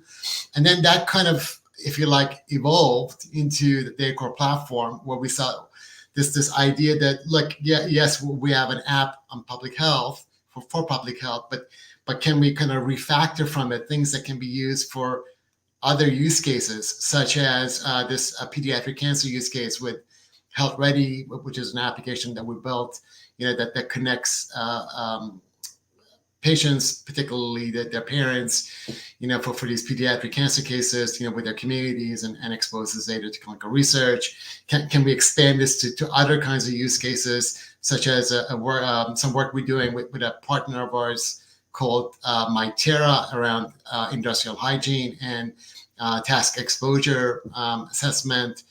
So things like this. So that kind of evolved from here into the platform. And then somewhere along the way last year, and this is our last, most recent product, what we call the cryptographic data mesh. We realized that actually one of the big things that is really happening, an underlying kind of issue in big enterprises, but smaller ones too, is that cost of data centralization, taking data, putting on Amazon, very simply speaking, and then doing analytics on it, which is exactly what we were doing. That cost is just getting out of control. So people actually want to not only be able to do analytics on data in a decentralized way, but be able to retain, in the world of healthcare, retain the data in existing validated systems. Because every time you move the data, you have to revalidate the system, and that's very costly. It takes time. So that kind of led into this kind of aha moment about a year ago of we could take this technology called data mesh and add the cryptography we had done and create the cryptographic data mesh. Now it turns out these days, Ryan, I know you've covered this on other spaces, that there's a huge amount of use cases across every industry on AI and generative AI and doing various kinds of accelerated insight from AI. Well, in healthcare, the big concern is that ethical, this idea of an ethical AI practice. So it turns out that by doing this kind of cryptographic data meshing, you can also do decentralized AI, and it can also impute ethical AI practices. So that's kind of that's basically where we're at today as of July of 24. I'm happy to do some demos, but just wanted to kind of give you a sense for what it is we're doing, what are the kind of use cases we're trying to tackle, and how does it really fit. Ultimately, I think our mission is about improving lives, but there's kind of a sequence. There's a process of, okay, great, we want to improve lives, but how do we get there? And this is kind of like, if you like, the underlying platform. This is the connectivity, and then an example of an app that we have built. Yeah, I would love if you could maybe walk us through a demo or so while we have some time here. I think it's really interesting when we think about the ways that, AI is going to kind of meaningfully and hopefully ethically affect our lives to streamline some of the stuff that we normally deal with. And I think two areas to me are really interesting when it comes down to how AI is going to inject in. I think, having kids, for me, I think that the educational systems are, mostly bastardized at this point in time, at least in the United States. We always talk about tailor making education based on what's best for each child, and that certainly doesn't happen right now. Where I think there's a huge value proposition to using something like AI to actually tailor make education per child in a way that makes sense. And I think for the healthcare industry is certainly kind of a second one where, you have all these kind of processes that occur that all revert back to basically, us spending money just to get to the point of actually being treated. And I think that if you can, mind the gap there in an ethical way, to kind of just get to the treatment standpoint. I think that that's a huge value add for people where you're not spending all this just arbitrary cost to get to the point of actual treatment. But yeah, I would love if you could share. Let me do that. I fully agree with you. I'm just going to hop into our Health Data Explorer product. I'm going to log in.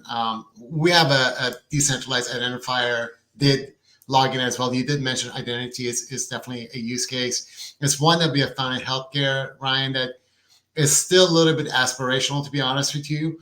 There aren't that many people who truly have wallets or truly are managing their own health data. I know Brady mentioned this idea that, we're not getting to own or like have much more management of our financial data.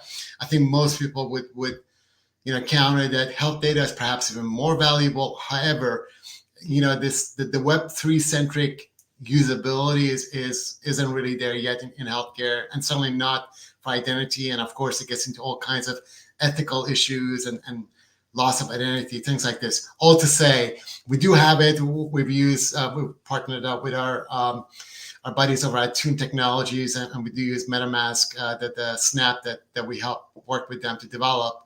But primarily, we use conventional what's called OpenID and OAuth for security.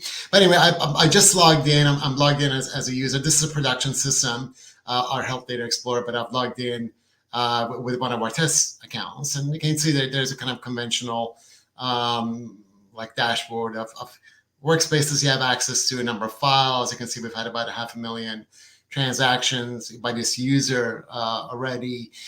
What we typically do is these are the workspaces are basically where you taking your data and doing analytics and things like this. I'm just going to go into this what we call cross USA data set. It's synthetic data, so I'm not going to share with you anything that's personal or confidential. It's all based on real data on this mortality use case and opioids. However, nothing here is personal information, is synthetic. But these are the kind of things that our clients like, is this ability to, and our clients, to give you a perspective. This, as an example, state of Alabama is one. We're working with several counties in Georgia. We're working with Alaska, some other states. So that's the clients tend to be forensic pathologists, medical examiners, public health administrators. That's what we're talking about. It's not an individual citizen, not for this product. But you can see they kind of go in there and they have a dashboard view. But the thing that really they care about is going and look at the analytics from the data and understanding this is trustworthy and this is the latest. So I'll go in here and let me just say, I'll type in fentanyl. Now I often misspell it. So you can see it cuts across the data immediately, and often our clients come in here and they look at the word cloud, which shows the strength of that. So the search, for instance, by fentanyl toxicity, you can see that 9,000 records is down to 300. And then they look at other kinds of lenses for that data. And we mention many different data sources for this, geocoding and some other like autopsy data. So as an example, you could go and look at demographics. So in this case, let's say I'm going to choose, African American for this age range, 31 to 40, filters that down. And then another thing that is a very, very useful thing is this idea that you can mesh in, you can see in this case, police department, or let me make that small. So place of death or place of injury. So we're able to kind of mesh in multiple kinds of data, and that actually visually really helps. You can download the data if you wanted to any of these as a CSV file and do additional work on it or what have you. You could print a PDF of whatever you're seeing. Obviously, I'm not going to go through all of this, but this is the kind of thing that typically our chief medical examiner would do is look at, like, knock out some of these other values and look at, for instance, organ mass, and it turns out that there is a high correlation to people dying due to substance abuse and their brain size and heart size being abnormally larger than what is in kind of in published articles. But the thing that I want to kind of get to is eventually you kind of come down to the individual cases. So we went from 9,000 to 42. I'm just going to pick one, like the first one here. So this is where we basically really, and I'm going to show you because I know people are interested. I'm going to show you kind of how we mesh in Hedera. So you'll notice here that we call this the Acoer mark, the verified mark. You'll notice here, let me make it a little bit smaller so you can see this, that we proactively, every time we go into a case, we basically, as you're logging in, and that's one of the powers of Hedera, we look at all the encrypted payload for this, everything you see on your screen, and say, is this still the same as this timestamp from the 27th of February, which is when it was last modified? And the green comes up by itself. If it wasn't, it would be red or it would be amber or something. But they can see it proactively. So we're manifesting Hedera. Really behind the scenes, we know it's Hedera. I'm going to prove it to you in a minute. But our clients don't care about it. What they really care about is this verified green button comes up. And then that means that all this data they're looking at, this is case information. If they're looking at diagnosis, if you're looking at tox data, here that they can trust it.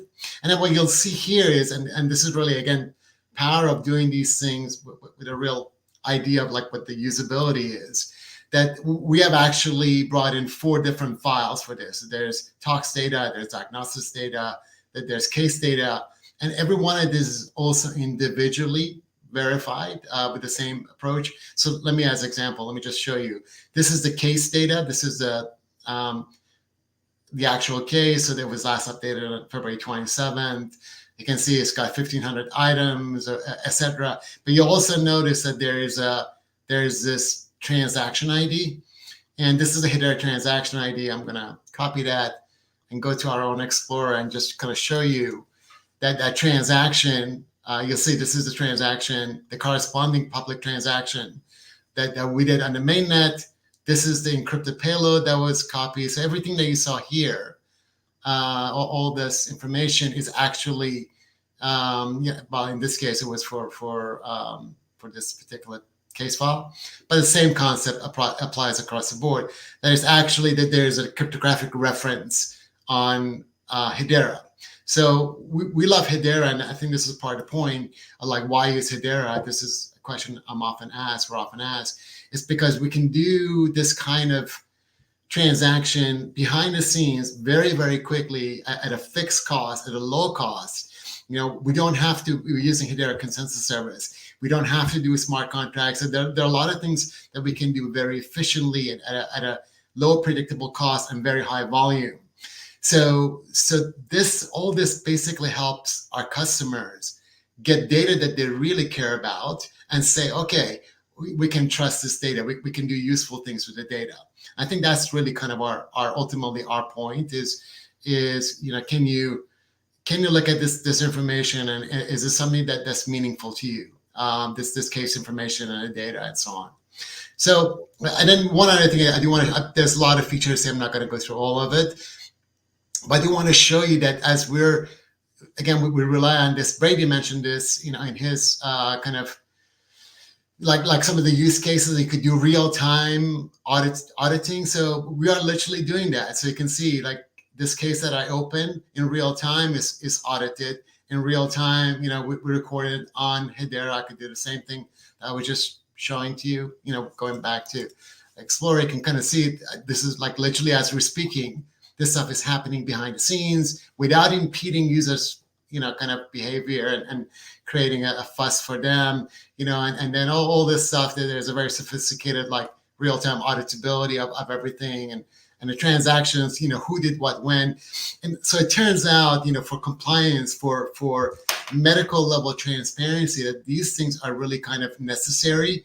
And right now, part of this $1 trillion wastage that I was describing earlier in US healthcare, honestly, a lot of it is just basic compliance. Is people not being able to do like simple things to just like what I showed you, never mind the more sophisticated analytics. So I will stop there, but this is one that we think, kind of, it showcases a lot of what we do. And you may have seen this already. Let me see here. This is our Cancer Trials Explorer. So it's the same kind of idea, but the ability for us to surface cancer trials from different sources, and unless, I don't know, this is one that we often, because we're working with folks on cancer and cold exposure research. So, we can cut across, you can see from whatever 200,000 trials to 196 and similar kind of things. So it's, again, we're also doing, just like I showed you before, we're also doing the Hedera cryptography on all the data changes, but basically being able to kind of go up and down and let me pick, I don't know, let's say a recruiting early phase 1. So you can see we're down to, yeah, okay, that wasn't a very good example since there was 0 examples on that. Let me remove that and choose something for which there is actually some results. Let's see, that's right. Yeah, so there we go. There's like 21 cases. So you can very kind of quickly go and filter down your results. You can find clinical trials. You can kind of see, and again, all of this has been data stamped on Hedera. You can kind of pick one. You can see the correlating additional published articles. If you wanted to, you can go and find it. So part of our, like I mentioned, part of our thinking about innovation is, how do we make data that is already out there, but it really isn't easy to get to? Very easy to get to, cryptographically provable, and we can show authenticity, but also make it very easy for people to interact with. Make it super simple. Don't make it, make these things that are just like literally all you can do. All you need to do is like click on a link and everything is updated correctly. So that's really, I think I'll stop there because I don't want to run out of time and let you have any questions. But these are examples of the way we're working, and right now we certainly think, particularly around cancer research that we're doing some really exciting work. I think it's really interesting, and I know we are going to run out of time here, but when you think about what you guys essentially have here and the integration of health data kind of at a high level, even just one example was like, what are the things that you can do with, what are you going to do? What can you do with the data then? So like, what does the compute become? Like, how can you more effectively treat people if you've got all of this data and it's immutable and you've got the provenance aspects to know that it's accurate and that it's real? Then it becomes really interesting to the ways that you combine the aspects of the data to more effectively treat people or showcase that, hey, there's a real problem here in this area of, the United States and this, subsect of this city there's all sorts of things that you can start to kind of envision for the way it comes together. And again, more effectively treat people, eliminate probably a lot of the processes that exist right now with the overhead and the amount of money people are having to spend to get treated. And I think it's really cool. Jim, I would love if you maybe walk us out here before I get Matt up here from Dovu and tell us what you're looking forward to within not only the Hedera ecosystem, the wider Web3 space, the technology, and whatever it may be. Would love if you a few of your thoughts here. Sure. Yeah, I appreciate you asking that. I think within Hedera, to be honest with you, Ryan, I think you mentioned this at the very beginning. I think this is a time for us to collaborate, for us to, again, nobody should put on Pollyanna lenses and think like things are not, everything is perfect, or that you don't address things that need to be addressed. I think you mentioned I work with HBAR Foundry and other places, and do a lot of work with startups in the healthcare space. I think it is important though to put that into kind of the perspective of we are early. There is small, and people who, actively involved. There should be, this is a time for leaders to stand up, to speak up, but to be productive and to try and come up with ways to improve things as opposed to complain about everything. And I think we've seen a lot of that, right? And I think you intimated about it earlier. So I think that's what I'm looking forward to within the Hedera space. I think, we had people like Brandon, all Brandons, Davenport, Sailor, Hargreaves, all of them are part of the solution. Grelf, Jake does phenomenal job you do. So thank you for this. I think that's really important. In terms of what we're doing in the healthcare space, honestly, I mean, there's a lot of use cases, and we can be distracted by trying to do everything. But there's a couple of critical use cases that we think, particularly around accelerating cancer research, that we think that Acoer, with our products that we have developed, particularly the cryptographic data mesh, which allows us to lower the cost of putting data onto Amazon and things like this, and do ethical AI. We think that there's a really good opportunity to help accelerate clinical research, and we're excited by that. Awesome. Well, we appreciate your time today, Jim. We will bring you guys back on in the near future. Thanks for walking us through all things Acoer and giving us a couple of demos as well. And yeah, look forward to doing the next one of this. I know, let's not make it 6 months or however long it's been next time. I know you guys are super busy. Everybody's busy, but I do appreciate you hopping in and joining us today. I'm going to get Matt up on stage here. And Jim, thank you so much. Appreciate it. So much. I appreciate it. All righty. We're going to round out a 3-hour kind of live stream here with Dovu. I've got Matt Smithies with us. Matt, if you could give us maybe an intro of yourself, an overview of Dovu here. And you do have the ability to screen share. I can screen share. If not, there's a little present button down at the bottom of your screen. And yeah, in the interim, let's give us a little bit of an intro of yourself and tell us about Dovu. Well, I mean, I just crept in behind the scenes watching like a snake while Jim was there doing his thing. I was like, oh my God, how am I going to follow up on this? So regardless, thank you for bringing me up. If people out there don't know who I am, I'm Matt Smithies, the CTO for Dovu, and I've been working on the project with them for, I don't know, it's 2024 now, so probably about 6 years. So we've been doing this a while, and our whole focus within the Hedera space is all around sustainability. And so we've just been generally growing with the ecosystem. And so from creating marketplaces, staking platforms, and working with the Guardian community as well. So that's the likes of Wes Geisenberger, who's doing incredible work, leading the space, and the likes of Justin Atwell and Envision and the whole entire team there. And so we're just trying to help where we can and then build up our own products and solutions around sustainability. Yes. That's awesome. And you guys have had a ton. I mean, I just interviewed Irfan down at Consensus, which was a really good interview. And I have to give you guys a shout out. I mean, I have never, in all of the interviews that we've done, I don't even know how many there've been. I've never seen anybody take one interview and maximize the amount of content that we got from that interview. So huge shout out to the entire team at Dovu for extracting all that stuff. If you look back at some of the milestones you guys have had, I mean, 6 years is a long time, especially in blockchain. And I know you guys have had some notable ones recently, and Dovu is involved in a lot of different things, and you guys kind of have met the people where they're at. So it's not just ESG being the focus and sustainability and everything else, but then there's areas of DeFi aspects that you guys get yourself involved with and everything else. Why has that been so important for you guys to kind of actually take the bull by the horns with the technology and kind of run with it? So I think there's quite a few statements, questions there. But I guess from our perspective, I must kind of stress that ESG is boring for the most part. It's so enterprisey, and you don't really think about retail.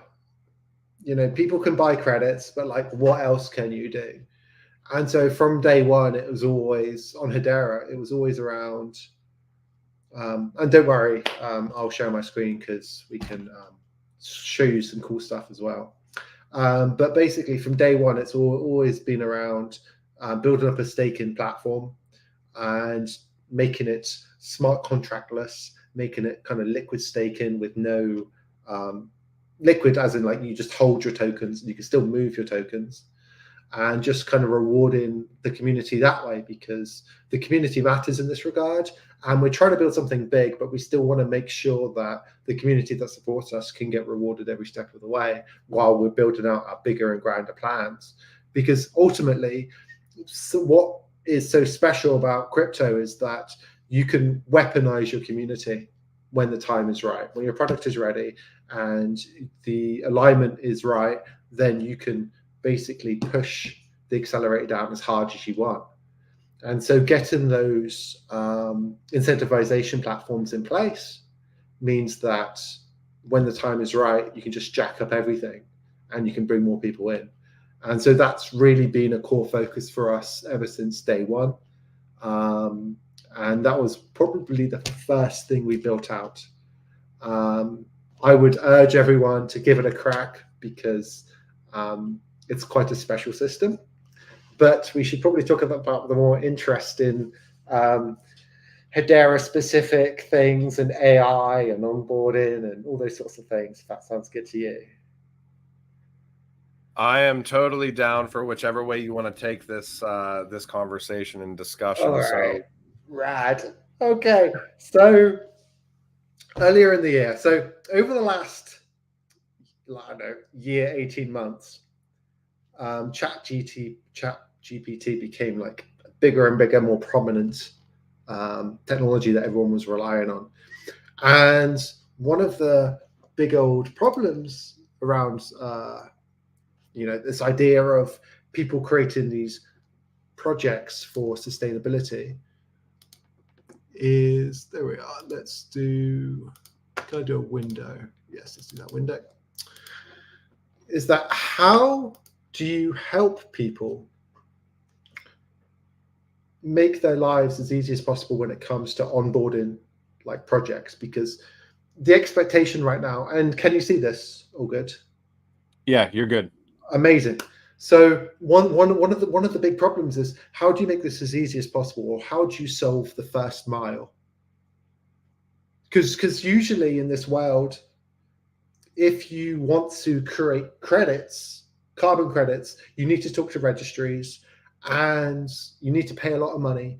And it means that access to this market is, impossible for many.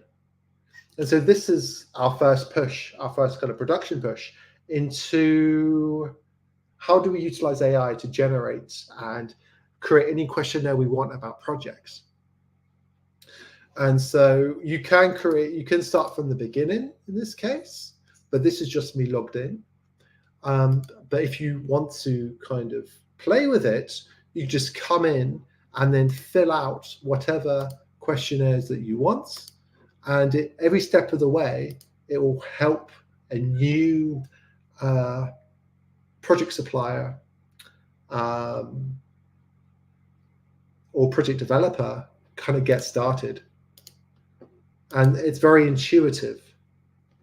And it saves every step of the way because, when you're working in the real world, it's not just we have a cool thing, but you need to build so many features in the back of like auto-saving questions. And it's such a small little nerdy quirk, but you need that kind of typeform autocomplete experience. This doesn't really exist. I mean, even looking across the wider crypto space right now, think about all the processes that somebody has to go through just because they want to build. And it's like you have to basically run up you have to basically be running a full tech startup with multiple people with multiple professional backgrounds and multiple aspects. And it's like none of this really exists right now, where it's like, I want to get involved in ESG and I've got this idea and here's the steps that I need to go through to be able to do it. It's pretty cool. Yeah. And the cool thing here is obviously you could like upload. So the story behind the ducklings is that At home, I basically have an 8-foot walled garden. A wall around my garden that's 8 foot high. And so we have like ducks that lay eggs, and there's literally no way for them to survive unless we feed them. And so we've kind of made this mock little project where we kind of feed the ducklings and have some fun with that. And it's kind of a nice example within this context. And so when you answer the questions, you can also, there's a document that's generated behind the scenes. And this is what it is. And I mean, I don't know if you can see that well, but you can feed this a tiny amount of information, and it provides a document that is so rich, and it kind of positions itself as the role of like a carbon offset or an ecological project expert. And so you can take this document, actually go to your potential verifier or other registries without you needing to know or understand about methodologies or the minutiae of that. And eventually, as this grows, it will advise you on what methodologies from specific sources you could follow. Wow. And, yeah. So, I mean, you guys are obviously, this is kind of I'm assuming this is one way that AI ties in, is it's kind of learning as more people start, whatever projects they want to start within Dovu, which is really, really interesting. Exactly. And so we've got a section on methodology and monitoring. And like, obviously, I'm not going to generate the document. It's much faster now. But you can just feed it tiny little snippets of information. And from a sentence or two, it will take that information and extrapolate it and then give it more context. So it's actually readable as a proper PDF with some substance to it. And then from that, you have a method for people to learn and to engage with others without having the anxiety of taking those steps further themselves. Because like, where do you even start in this world, Yeah, I mean, tools to succeed, right? I mean, I can think of something like this where it's like, for projects that are looking to build. I mean, I look at this and like, the implications from the sustainability standpoint, obviously massive. But imagine something like this existing from like somebody that wants to build in Web3 that wants to fill out a grant. Yeah. What I mean? Having a process in place that's learning, that's like, hey, based on previous successful grants, it's learning and it's trying to push you towards that direction. I mean, this would be a massive tool across multiple verticals in Web3. But I mean, we'll nail into the sustainability aspect here as well. But I mean, what you guys have built here is really, really, really interesting and actually helpful. Right? Yeah. And I mean, obviously this is more nerdy, but like every single one of these items are completely customizable. We can basically go to a registry such as the Gold Standard or Hedera, and we can look at their exact process and basically mirror it within like a platform, but within this view, so that we could say, oh, for this particular registry, maybe they're looking for this information, and then this would be a means for them to automate the process, for them to attract new suppliers. Because there's a huge cost and a time effort for like these verifiers or VVBs to actually talk to individuals. And like the more we can do to reduce that cost and make it easier for people, the better. Yeah. And so generally at Dovu, it's about how do we take sustainability and make it as accessible and as simple as possible, but without being reductionist.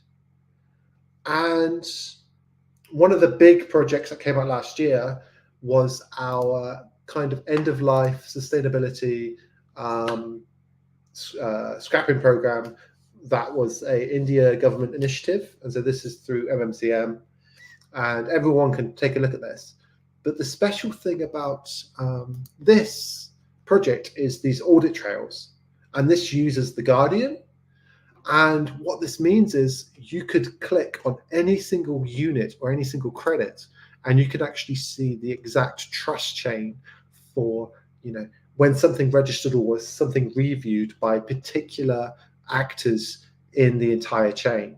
And so the assets that are created aren't just assets by one person, but the accumulation of effort by different actors. And In addition to that, so you have the identity, you have all these other pieces, you have this accumulation of effort, but it's also the data. And so we can capture any data we want that is indexable from raw information all the way down for any project, and to make it as easy as possible for not only project developers, but developers trying to build on the Guardian and to use our platform. Yeah, that's massive. I mean, you think about accumulation of effort and really the provenance aspect, and just having kind of that trust chain actually exist.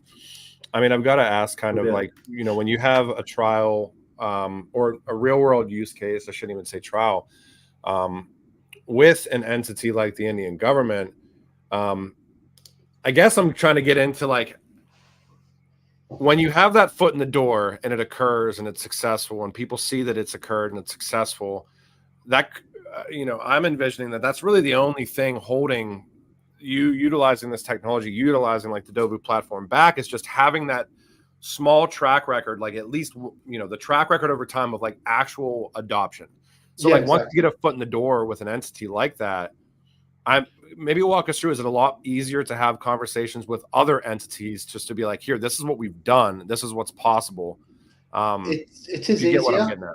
Absolutely. I mean, if like the bigger the name is, like for example, the story of this platform similar to ours, Regen Network, if you've heard of them. In fact, can you turn off my? Oh yeah, I can stop sharing now. Yeah, cool. Okay, good. That's great. So there was a platform that's kind of similar to us who has similar ideals, but I think they're on Cosmos, Regen Network, and they're all one of the first to kind of go down this route. And the big name for them that bought their credits was Microsoft. And so Microsoft bought a huge amount of credits from one of their projects. But at the time, Microsoft basically came to the conclusion that there wasn't enough high quality supply to meet the demand. In fact, all the supply that was in the world could barely meet Microsoft's expectation. And I'm sure everyone probably went into this at consensus. Yeah. I don't believe he got too into the weeds with that specific example. So I mean, it's pretty interesting. So yeah, if you feel free to elaborate.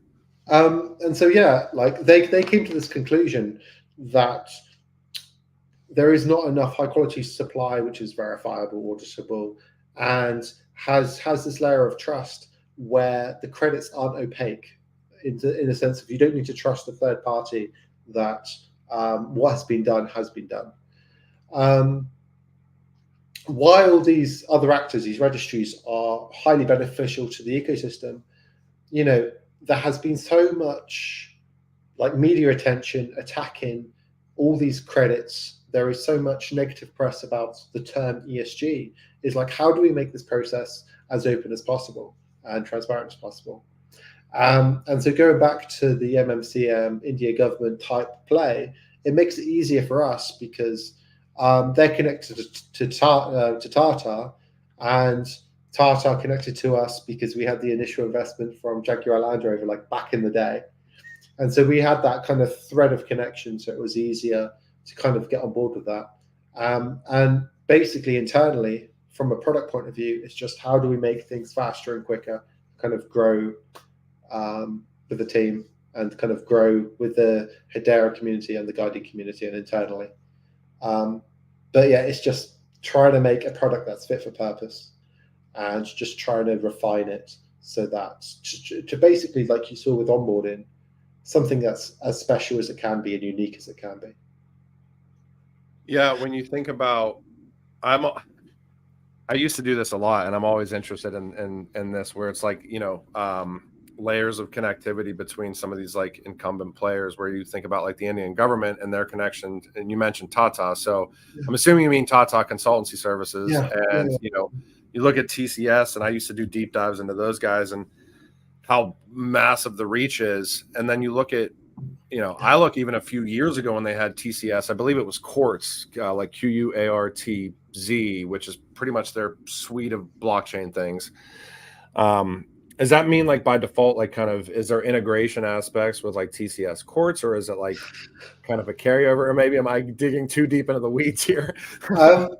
I mean, I can't obviously go into the conversations that we've had with TCS and the strategic things, because obviously, you know, and there's no, but there is an excitement of, you know, TCS have a huge amount of clients, and you know the time will come where they need platforms, whether it's Dovu or other actors, to actually support the offsetting for those specific clients, because it's like, it's a huge business. Yeah. You know, with huge names. Yes. Okay. Yeah. Got it. Yeah. And I used to do the deep dives like that as much as possible, but I mean, outside of, and I think we kind of alluded to this as well when it comes down to like DeFi, where, I'm a huge fan of looking at platforms or projects that are building out like primitives that like are very customizable at the user level. And that to me is exactly what you kind of just showed me, as far as like the conservation aspects, being able to basically plug and play in, here's levels of what I want to do from the ESG standpoint. And then you having the tools that kind of puts it all together, so you can actually give these people kind of, or these entities or these businesses, a chance to actually kind of get stuff across the line. I'm curious, any other directions that you want to take it as far as what's coming down the pipeline for Dovu as well?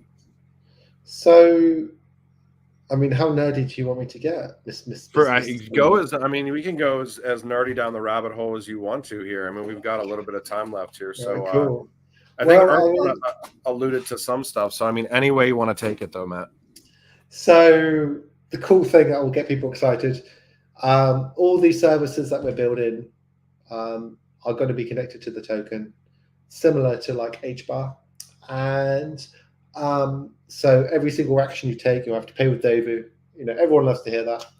And that entire system is going to effectively be called the Charger Protocol. And so it's almost akin to something like using Chat GPT, where you pay a little bit of money up front and then you just spend that resource. And the same with tokens. So you just put a little bit of your tokens in and you can basically spend that resource while you're interacting with that certain system. What else? There is a lot going on. I'm curious. Maybe this is a question I have. For those of us paying attention, you mentioned, not enough supply of high quality carbon credits, and I think this leads me into maybe a little bit of a different formation of the question. But I've been paying attention long enough behind the scenes to obviously realize that like, every industry pretty much has these ESG goals, and there's like they're kind of like milestone based on dates. Where if you look at like 2025, there's certain ESG aspects. Really, a lot of the ESG stuff and the green economy stuff that I've seen leads us towards like 2030, maybe even further beyond like 2050, like net negative type stuff. But then it leads me into like, okay, well, if these incumbents are, the banking industry and the financial services industries are like, have these like green initiative, target dates. But then I also look at, tokenization, and they're tokenizing real world assets, and the way that stuff plays in, like, is everything over time going to be tied to measuring the carbon footprint, like including just the process of tokenizing a real world asset? Like, what is the carbon footprint of that? Honestly, that is, you know what I mean? Do you get what I'm kind of getting at here? Like, how big does the green economy stuff get? Because I don't think a lot of people understand what's like coming as far as, if everything's going to be if the majority of assets are going to be tokenized, and the technology is not going to stop evolving, and everything's going to be tied to the carbon offset and the green economy aspects. Anyways, what exactly is coming down the pipeline here, like in the future for, an entity like Dovu, I guess? That's a huge question. I get it, but yeah. The best way of visualizing it is there are two sides of the spectrum. And so you have this kind of offset side, or the impact activity side, the ecological credit side. And that's to basically like what we're focusing on. So that's someone does an activity and they've done good, and there's some verification there, and an asset is minted, whether it's biodiversity, some kind of carbon emissions reduction or carbon credit or removal. But then the other side is the emissions tracking, and that's what you're alluded to. And the emissions tracking side is like basically everything Atma's focused on, tracking all of the things to make sure that corporates and organizations actually have a number of emissions or whatever that's accurate that they can offset to. The emissions side is something that we will likely not be focused on, because if you get that wrong, it's not just a financial issue, but it could be a legal issue. And so whatever system you have for that, it has to be bulletproof and it has to be fit for purpose. And not only that, you also have to track all of the non-direct emissions related to products and services, such as like scope 3, such as like you have a product and what are the emissions tracked for that specific thing, all the downstream, like what was the ingredient that went into that, what's all the components, what are the individual emissions to go into your individual thing. And so that's a huge task in itself. And that makes up the majority of emissions. And so other projects such as Atma, such as other entities, are really focused in that arena. And so once that number comes to fruition, and it's more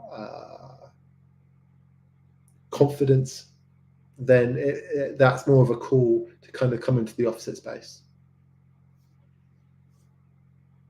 Got it.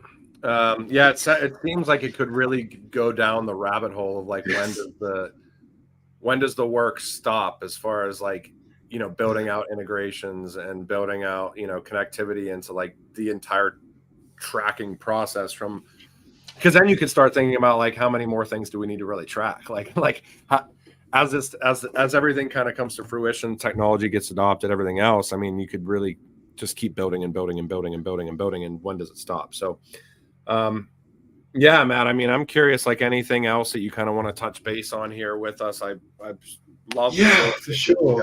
I mean, from a nerdy point of view, we're all about making the Guardian as easy as possible for people to use, and we're going to be producing assets that are simple to use, or SDKs that are simple to use, as akin to akin to Hedera SDKs. And so I'm excited to share that, but I understand that only a few people will actually understand the implications of those things. But thinking bigger is that we're going in the direction of effectively building a layer 2. Oh, wow. And the code name for this layer 2 is Paladin. And it's imagining a world that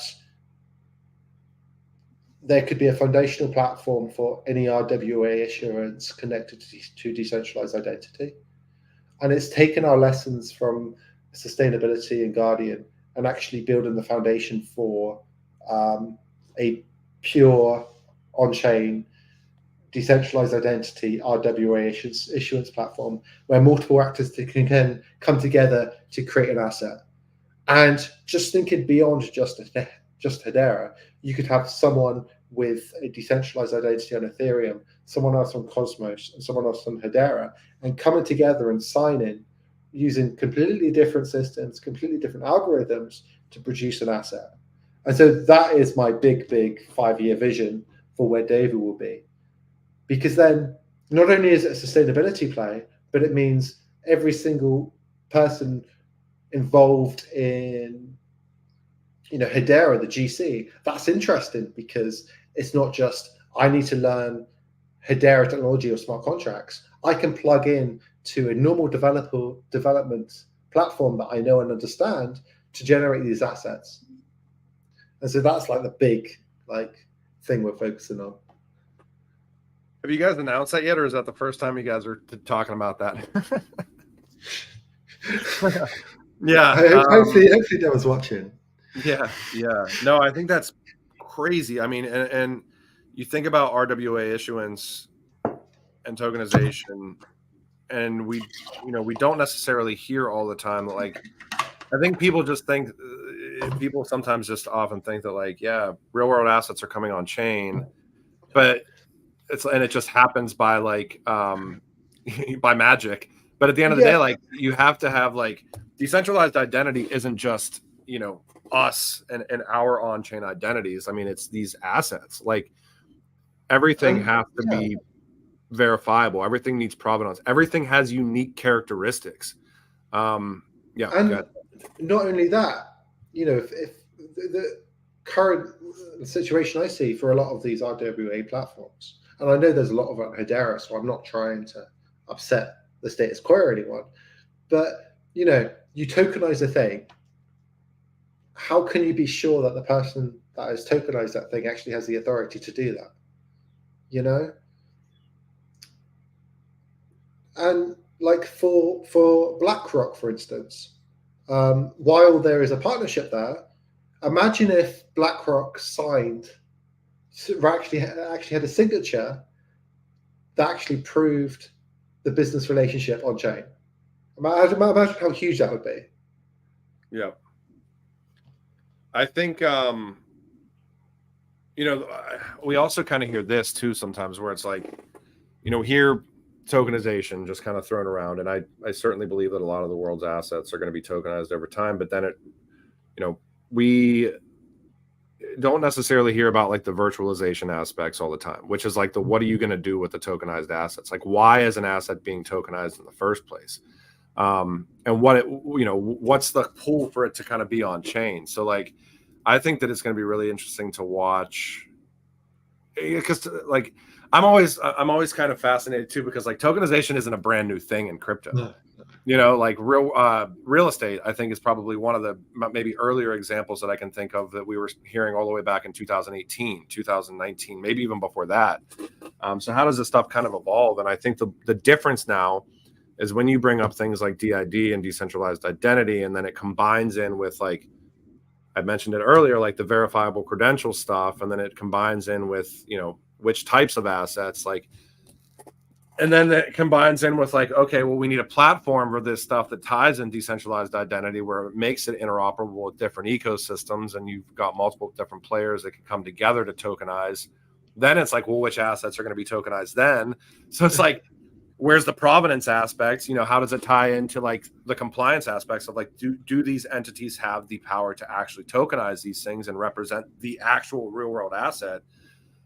We could go down the rabbit hole for probably hours on this conversation. We could, but there are lots of people out there working on, like, the provenance aspect. So, for instance, we're having conversations with Alan from Filecoin, who's, like, research focused and, like, leading the Filecoin green stuff, and they're doing tremendous work around just these trust proofs that you can vouch for different people's credentials. So someone could post, like, a public key somewhere, and other people could vouch for that credibility. And if you do stuff like that, then you have multiple people vouching for, like, a particular public key, and it makes the decentralized identity side of things, the actual signature, more, I guess stronger potentially. That's really interesting too. I mean, where it's almost like, I mean, it kind of gets into, like, governance aspects, where it's like, I'm always pretty amazed to see, like, governance aspects tied to money instead of reputation, or tied to, like, just an arbitrary amount of coins instead of, like, a reputation aspect. Because at the end of the day, if everybody's going on chain, if everybody comes on chain and all things come on chain and all data, all assets, whatever, over time, there's got to be a level of, like, actually measuring, like, meaningful participation, like actual participation that is, like, tied to what's in the best interest of not only the individual, but the network and the group and all the other things that kind of tie into that, which is pretty wild. So you mentioned that's exactly the idea behind our staking platform, is that, how do you tie behavior of your network, active behavior of your network, to benefits? And so we do small things, like, obviously, if you hold an NFT, or do certain things, but if you actually buy the credits from the marketplace, you can get boosts on your tokens And so if you have those codified, I guess, gamification aspects of a platform, then you can just grow that with whatever behavior you're trying to incentivize. Which is smart because, you know, I think there's a disconnect when you think about, like, you know, technology that affects the traditional status quo, which certainly sustainability is you know, is dealing in a lot of traditional industry verticals, things like that. And I feel like there's still a huge disconnect when it comes to crypto, blockchain, DLT, where these entities, you know, that are running the world, don't necessarily, they're integrating the technology, but they don't know how to meet the people where they're at and actually deal with like communities and retail without even getting into price and speculation, all that stuff. They're like, they don't even know how to like interact with like these people. So when you talk about gamifying experiences through Dovu, which would seem, if I'm standing from the outside in, you know, and I just look at sustainability, I'm like, oh, they're dealing with like some really enterprise, traditional industry type stuff. But then you inject in the gamification aspects, you're meeting the people where they're at. I mean, that to me is, I wish we saw more of that, because I feel like if people did it in a smart way, we would be at a totally different level of adoption with blockchain and DLT than we even are right now in 2024. But I mean, look, I'll just say, like anything, we've still got a ways to go. Like, it's still going to be an uphill battle for a time, but we're just going to keep pushing out what we're doing, and I guess fight the good fight, if that's the right phrase. Totally. Well, I'm at 3 hours here, so I would love, Matt, if you could give us any. I think you've dropped a lot of interesting information here, so I'm always happy to kind of have that exist on our channel, so I appreciate that. But any forward-looking statements you might have here, and for the audience listening, I mean, if you guys like these types of 3-hour marathon share screen type spaces, events, we certainly plan on doing more. But Matt, if you have any forward-looking statements for us, I would love to hear them, sir. Forward-looking on my life. Okay, all I would say is it's all about stories. What is, with everything that you do, how can you tell the best story that actually resonates with your audience? And that's something we've struggled with for years, and something we're trying to build out and try to continually to work on. So if anyone is out there building, focus on your story. And that's all that matters. Everything else will come over time, and just keep building. Right? And if you enjoyed my frantic chitter chatter, feel free to buzz Mr. Solomon to get me back on again. 100%. No, yeah, we would love to have you guys back on. If you guys are interested in checking out Dovu, please do. It's dovu.earth. And yeah, Matt, it's a pleasure to talk to you as always. I know we've had a couple of audio spaces maybe last year, but I'm going to give a shout out to the Dovu team. I'll give a shout out to Jim from Acoer. Give a shout out to Tony from Swisscoast, Brady from Bonzo, HBAR Bull for coming on today, Grelf certainly. Who did I do the first half hour here today? Oh yeah, Earthlings, Patrick, and Joe. 3 hours is a lot to do these, but I want to keep doing them like this. I think it's pretty cool to share a screen and, again, meet the people where they're at. It's always awesome to see what everybody's building. Matt, it's awesome to see what you guys are building with Dovu as well. And let's do these again. Hang out with me for a second, Matt, as I end this stream to make sure everything ends properly. And to the audience down there, if you guys like these, reach out to us. We'll be doing more of them. I should maybe preface next Monday, the 15th. We're going to be doing our first something similar to this alongside a partnership with Hashpack, which will be cool. I think we have 4 or 5 projects already lined up. Yeah, just so busy all the time. I lose track of days. But thank you so much for everybody that watched. And thank you, Matt, for joining. Hang out with me for 1 second as I end this, and looking forward to the next one.